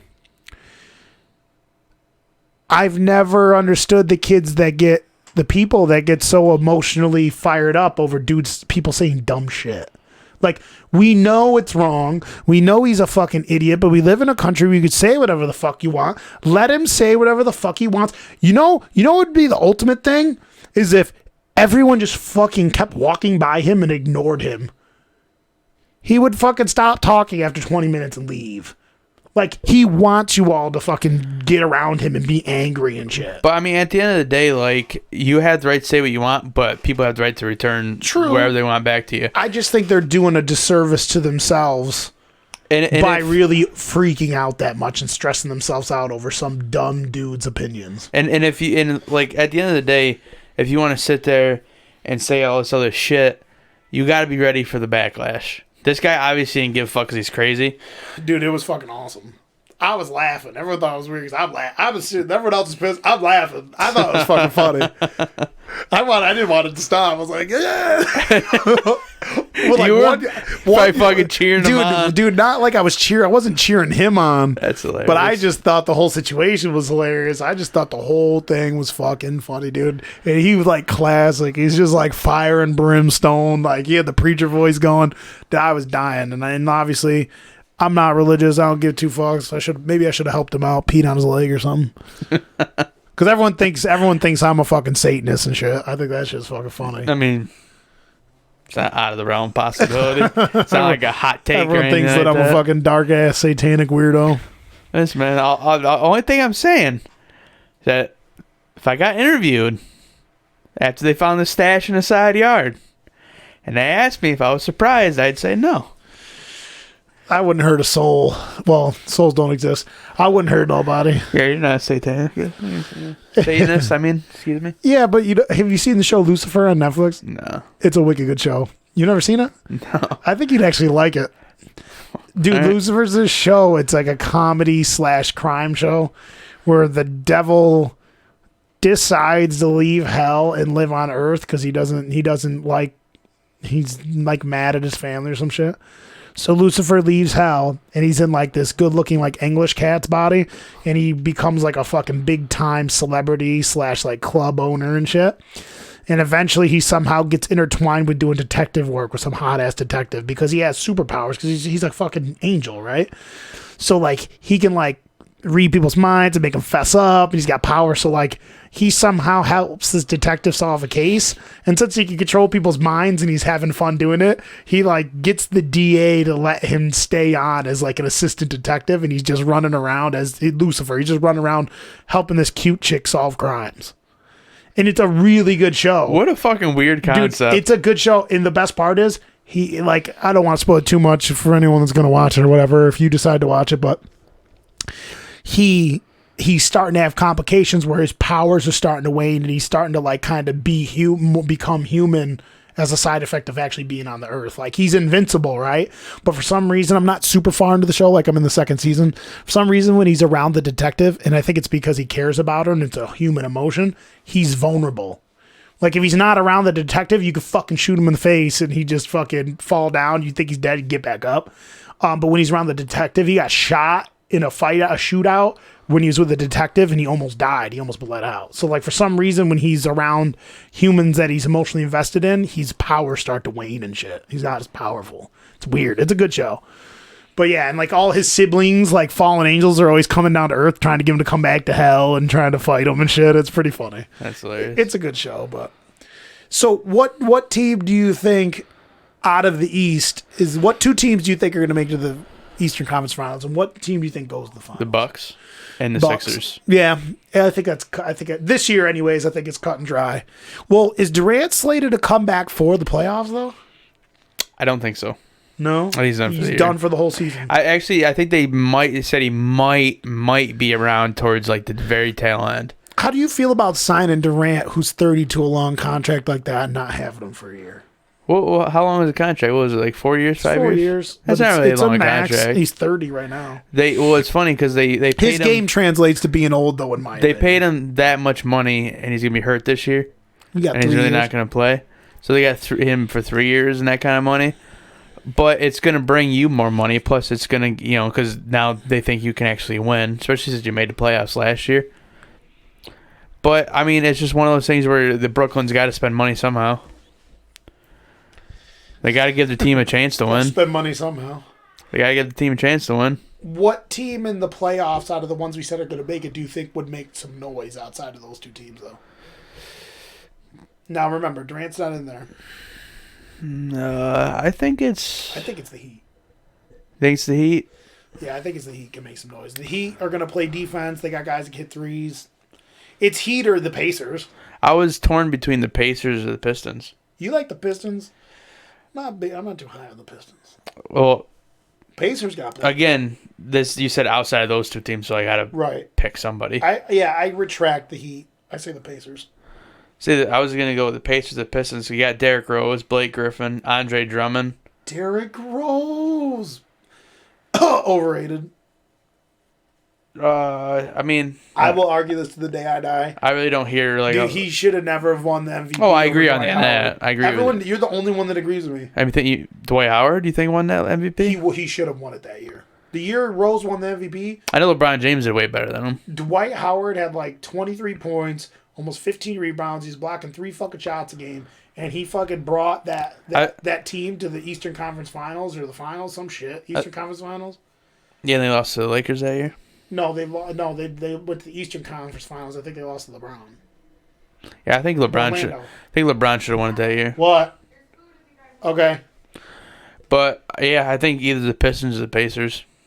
You want to know another reason why I don't think that I think he was overrated and should have won that MVP? I think that team that he played on as a whole was better than people gave it credit for. They had tons of dudes that played defense. They had dudes that could knock down shots, and then Derrick Rose was giving you 25 and 6 or whatever.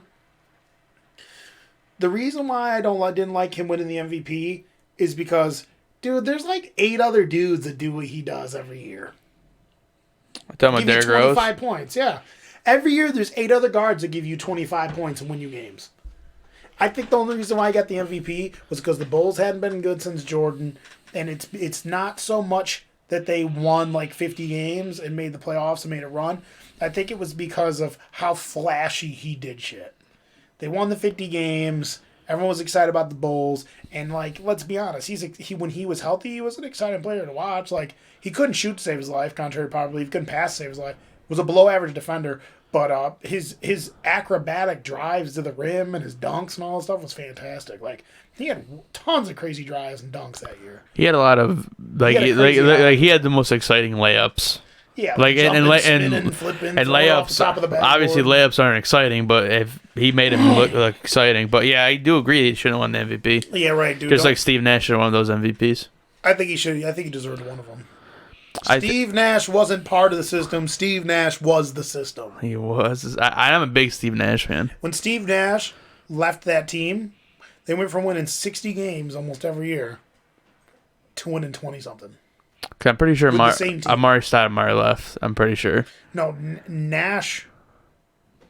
They both left at roughly the same time, I'm pretty sure. Yeah, and then a couple other people left too. Well, I'm saying that I think Raja Bell left. When he was hurt. Raja Bell left. When he would go down and get hurt, they would fucking suck. Yeah, he was the guy. But I understand. Shaq's like, Kobe don't be raping. I scored 30 points a game, 16.5.4 rebounds, and I can't even shoot free throws or shoot threes. It's all under the rim. I get what he's saying. I think he bitches about it too much, but because Shaq's like, I deserve those MVPs over him. Shaq's the most dominant player of all time. You and Nate were talking about the greatest power forwards of all time. Yeah. At work, he messaged me about it. Yeah. See, Nate disagrees with me. We're talking about the best power forwards of all time. Nate doesn't like it, but if we're gonna do the greatest and the best thing, obviously Tim Duncan's the greatest, right? I have KG as I have KG is the best power forward of all time though. I think he's from everything you could do at the power forward position. I think he's the most skilled when he played for Minnesota. I think he's the most skilled power forward to ever play basketball. I think on both ends of the court. I have Dirk up there. I think he said he didn't like that you had Dirk ranked high. I had Dirk at 2. Yeah, mine went Tim, Dirk, KG. Yours is Charles Barkley. I had him in there, Malone. And yeah, I think asked Nate if I could think that was my top 5. I asked Nate if I could have Hakeem Olajuwon because half of his career he played power forward. And Nate goes, no, let's consider Kareem as a center.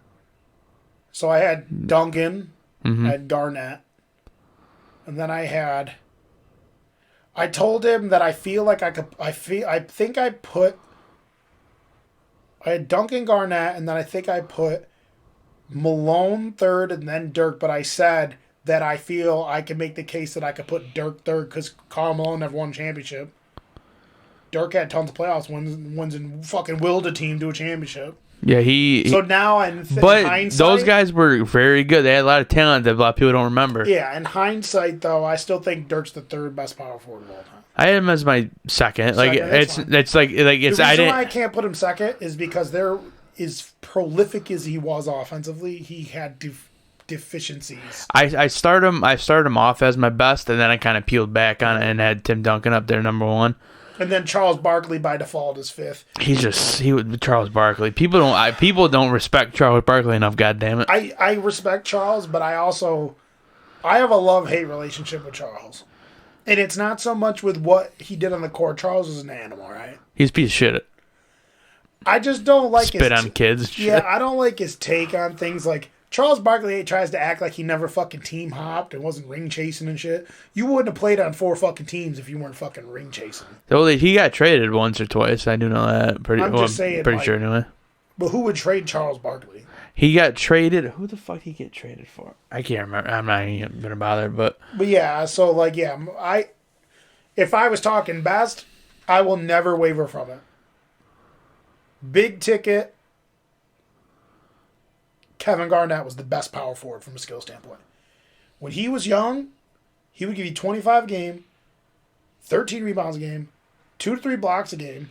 He could fucking pass it. He could dribble up and down the court with it. If you leave him wide open, he can knock down the 3. He hits his free throws. And he fucking gave you relentlessness every night.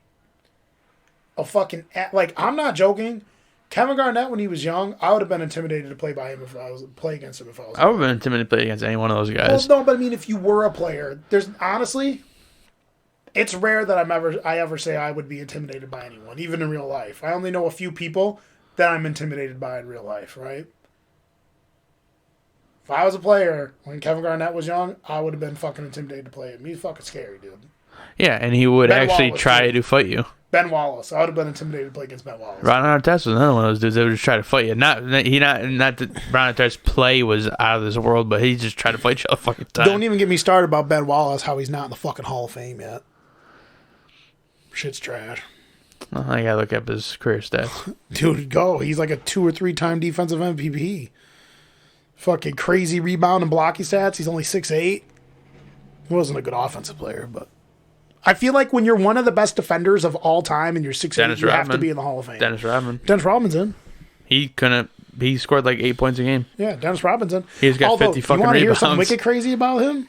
He had either back-to-back or 3 years where he averaged 18 rebounds a game. How scary is that? 18 rebounds a game. That's nuts. I thought it was a fucking typo when I seen that shit. I think, okay. He's Ben Wallace is a 4-time All-Star, 2-time rebounding champ, I think he said. Yeah, 2-time rebounding champ, Ben Wallace was. But he only averaged 5.7 points a game, dude. Well, how many Defensive Player of the Years did he win? 2 or 3, right? Well, I'd say he had 2 rebounding champs. It's got to be in there. Not on the basketball stats, but I mean.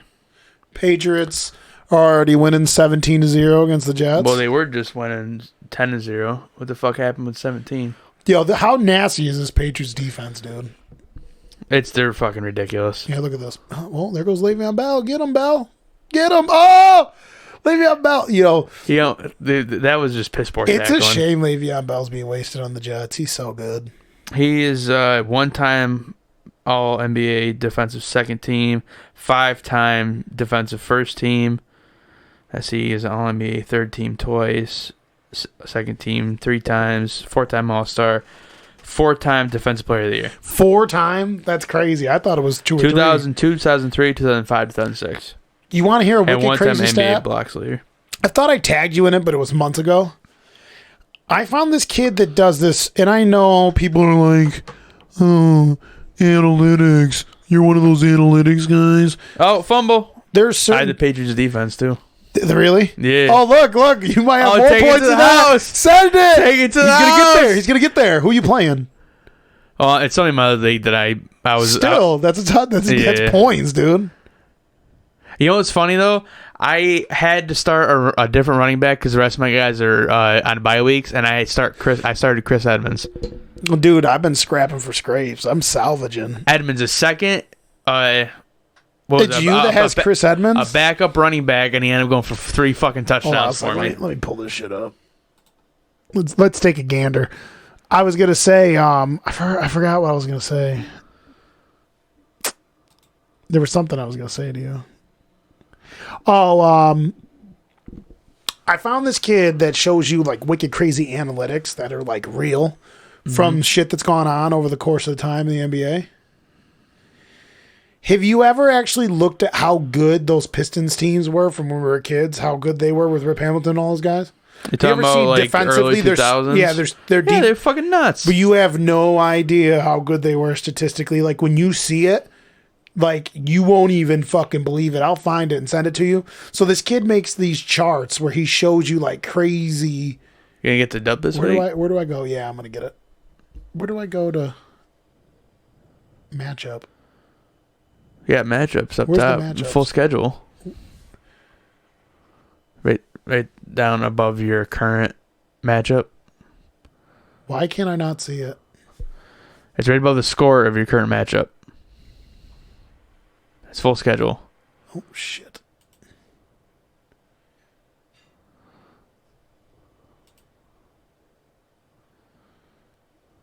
No, that's not what I'm looking for. Hold on a second. Well, what are you trying to look for? Trying to find like my personal matchup, and then it lets me like. Schedule right there. No, that's not what I'm looking for. And then you got the set lineup week 8, 9. Here we go. There we go. That's what I'm looking for. So yeah, I'm gonna win unless Jamal Adams gets like 2 or 3 interceptions, because that's all he's got going right now is Jamal Adams. He's got a couple points, like 0.4 points. Where's your team? Right there. Okay. Buffalo's He ended up dropping like 35 for me or some shit like that. Who did? Chase Edmonds, excuse me. I said Chris, but it's Chase Edmonds. He ended up dropping 35. 35 points. But no. Devontae Freeman had to fucking get tooled on by Aaron Donald to get food for me. So the kid has all these dope graphs where he plots points and shows you like statistics. Mm-hmm. And he goes, you'll never believe this. And he breaks down the best defensive teams of all time. Team defense. Mm-hmm. And he goes, he starts at the bottom of the graph. You see all these great defenses, right? They're all like this, scattered all over the bottom of the graph. But they're all really condensed because they're all really good, right? Then all of a sudden it goes up a little bit and you start to see less and less plot points because these are like the elite of the great defenses. And then it gets really lower and lower, and then you see like the Chicago Bulls from Jordan's days, and then you see like this team, that team. And then all of a sudden it stops, dude. And he starts to keep going up the graph, and you don't see shit. Like it goes blank. Dude, the Pistons are like, for 2 years, the Pistons are like this far above everyone else. That's nuts. It's fucking ridiculous. When I seen it, I almost had a fucking heart attack. I was like, they were that good defensively.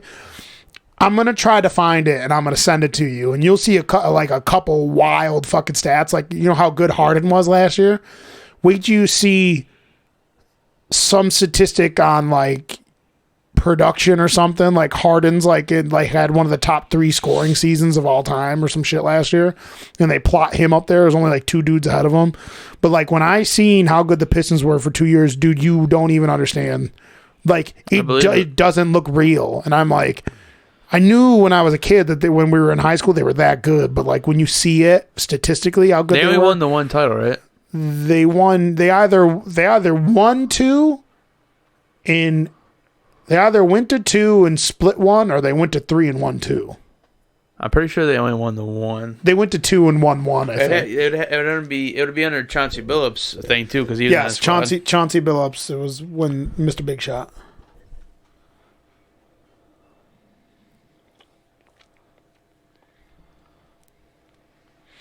So is there anything else that you wanted to touch on or talk about? Any sports stuff? One title. 03, 04 Okay, title. but they went back to back, didn't they? Or they won? They went twice. It doesn't say if they went.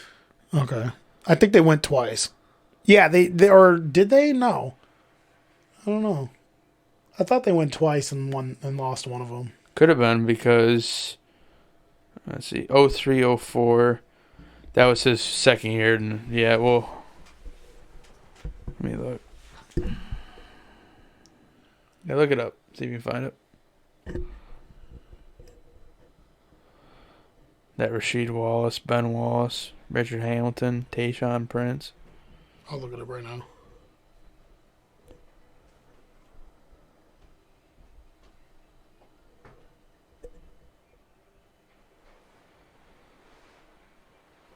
So what else were you going to say? What were you about to say?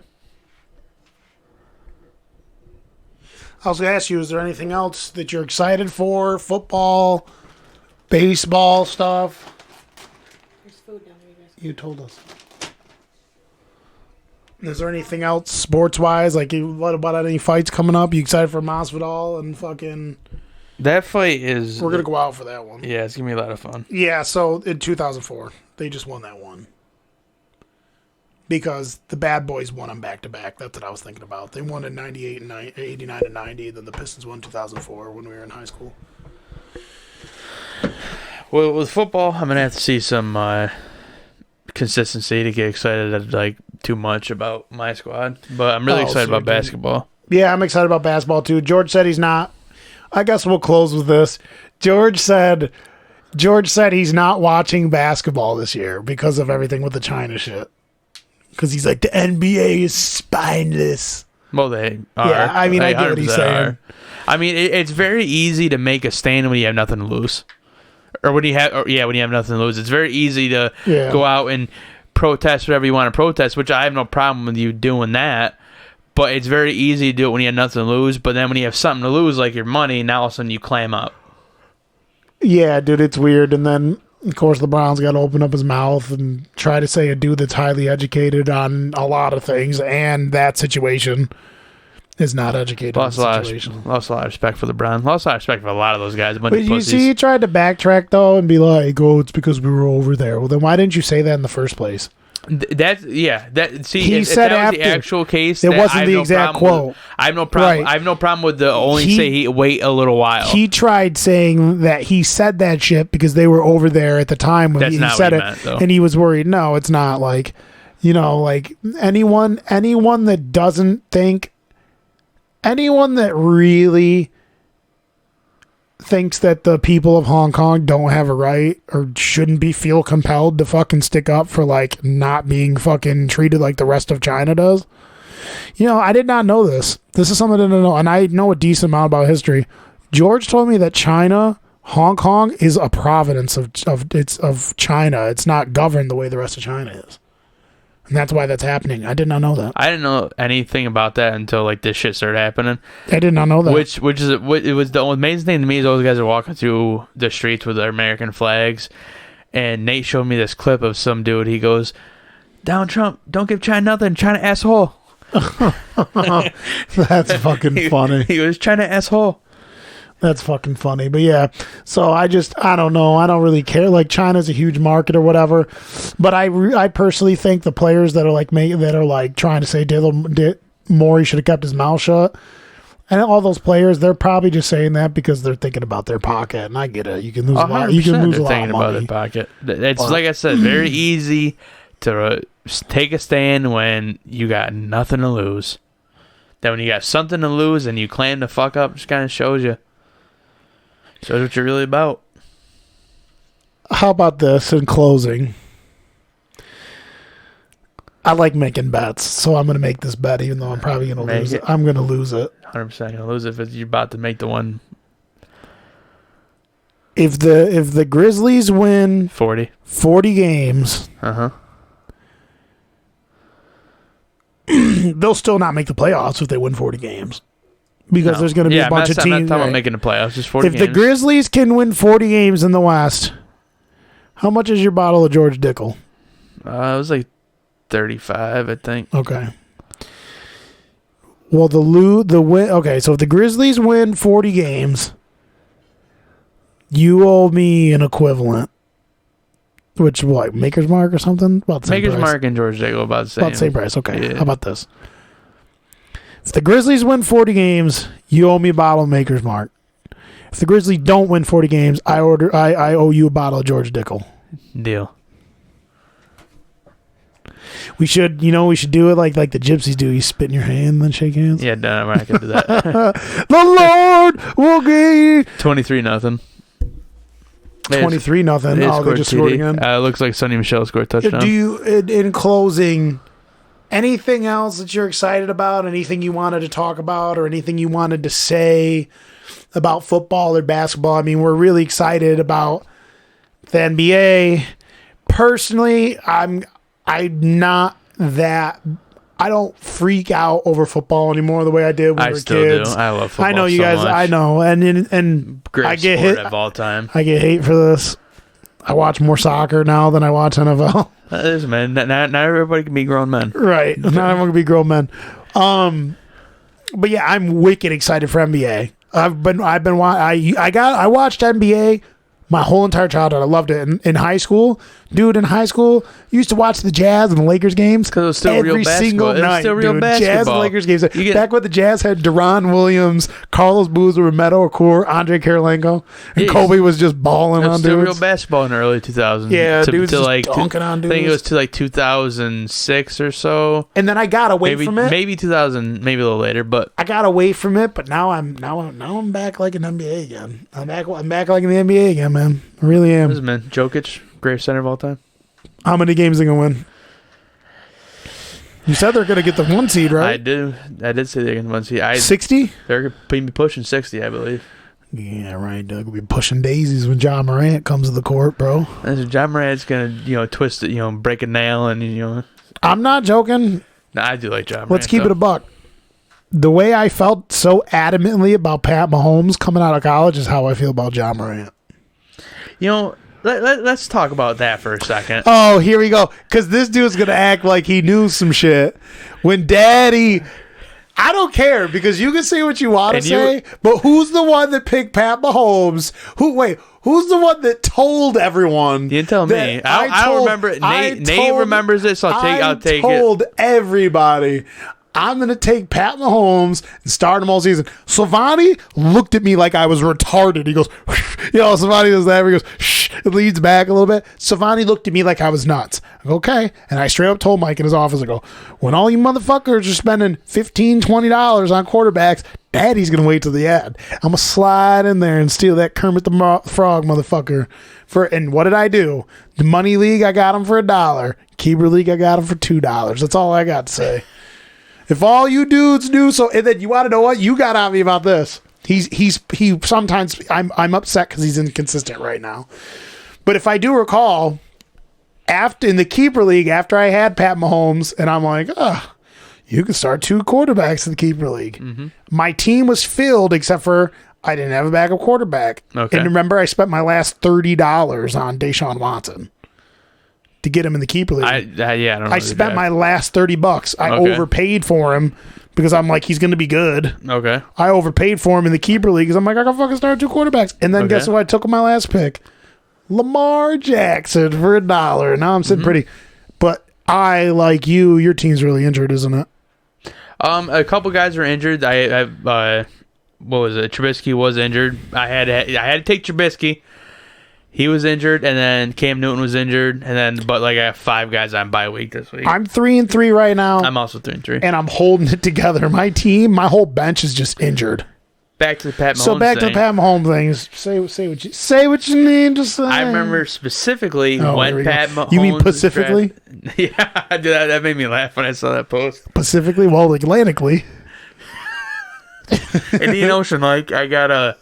Well, I was sitting at home when he got drafted 10th overall. You fucker, you got Auden Tate. Keep talking. What are you talking? You have Auden Tate. Keep talking. I'm listening to you. Okay.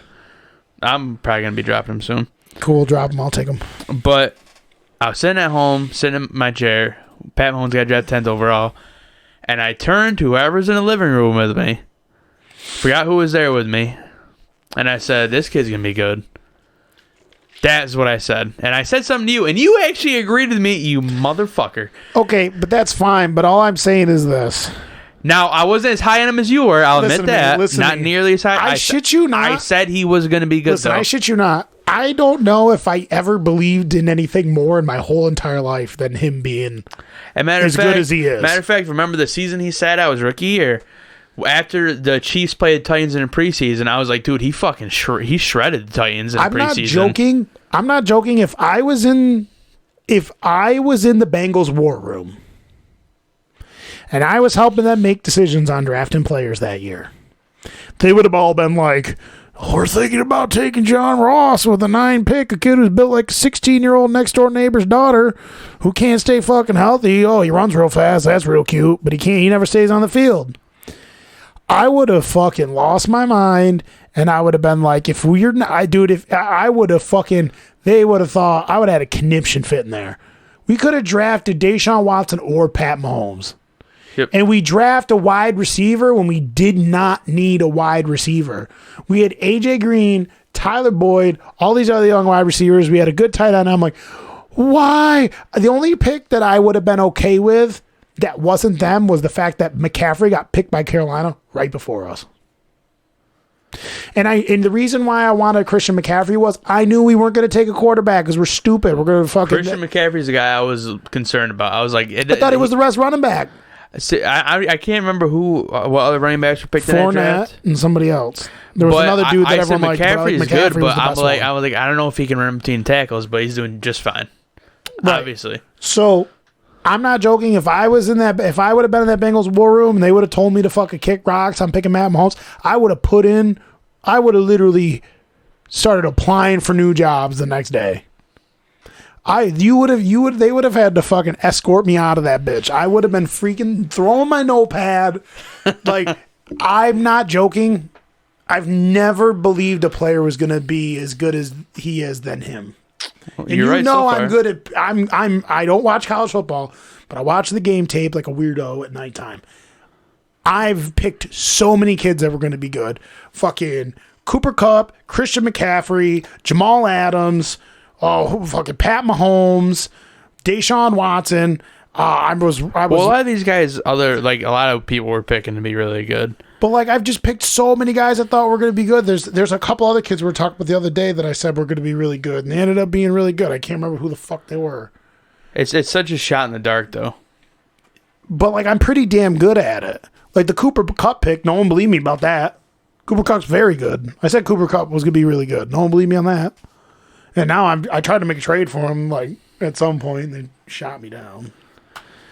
But yeah, so I mean, it's all good, dude. All I'm saying, got him for $1, got him for $2. That's all I'm saying. I took established quarterbacks. Obviously, I wish I would have took Mahomes, but I took established. Well, you got to remember, you want to know why it worked out for me? Because I think my team's actually pretty damn good. Yeah, I think it's going to work out for me in the long run because all my dudes are young and they're already productive.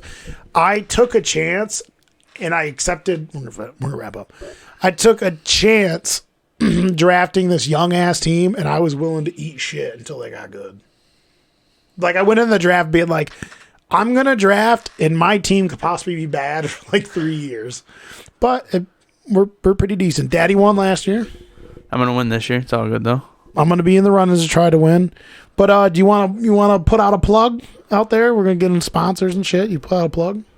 Bud Light, Grizzly. Those are your sponsors? Those are my sponsors. Well, I mean, disclaimer, that's not the podcast sponsors. But you want to plug your social media or nothing like that? No. You see, the problem is you don't. You don't stream and have a YouTube channel. So. No, I don't do jack shit on social media. I do have people on that have that stuff, so I tell them to plug it and shit. But we are sponsored by Bronze Images, best tan on the East Coast. We are also sponsored by UA, the Wolfpack, one of the best MMA gyms on the East Coast. We are also sponsored by Griff's Fins, soon to open. Griff's Fins, going to be your premier upstate New York fish hatchery, hopefully, once it gets off the ground. Griff's Fins, watch for it if you like exotic fish of all kinds. Better fucking hire me. We're going to be growing them over at Griff's Fins. Talked about boy Griffin Hunt. Ethan Hunt, they're going to be on it. We're also sponsored by the Illuminati. We're also sponsored by... sponsored by Donald Trump? No, we're not sponsored by Donald Trump. We're sponsored by, what's that, Kinetic Sand. That was one I was doing for a while. We're sponsored by Kinetic Sand. You guys can find me at The Big Piece on Twitch, on YouTube, and then you can find us at Keep It a G Real Podcast on my Facebook page. And it was a pleasure having you back on, Andy J. Oh, by the way, speaking of that, I'm going to be doing a poll probably at the end of next month around Thanksgiving time. I'm going to put up a poll. You know how people are. I guarantee you I get people to vote, even though no one cares. Like, people just like to click on shit. Right. Poll, I'll vote. End of next year, I'm doing a guest of the year poll on my Facebook page. And so I've decided that the guests of the year are going to be, the nominees are you, Kyle, and Anton. So I'm going to try I'll probably be last. I'm going to try to create a poll on there, and I only have like 100. I have 100 something followers on the YouTube or on the Facebook page. And then I'm going to make something for whoever wins it, if someone wins it. Like, if people vote and someone wins, I'll make like maybe I'll pay and get like a little plaque or something, or I do that every single year. All right. And just give it to you guys. So this was the Keep It a G Real podcast. Glad to have my boy Andy J. We haven't hung out a little bit. Yeah, it's been a We'll while. be going to the fights and shit. It's always good to have a cooler head on the podcast. Like a lot of these ruffians I have on here. But this is the Keep It a G Real podcast. It's been real. It's been fun. We'll holla at you. Peace.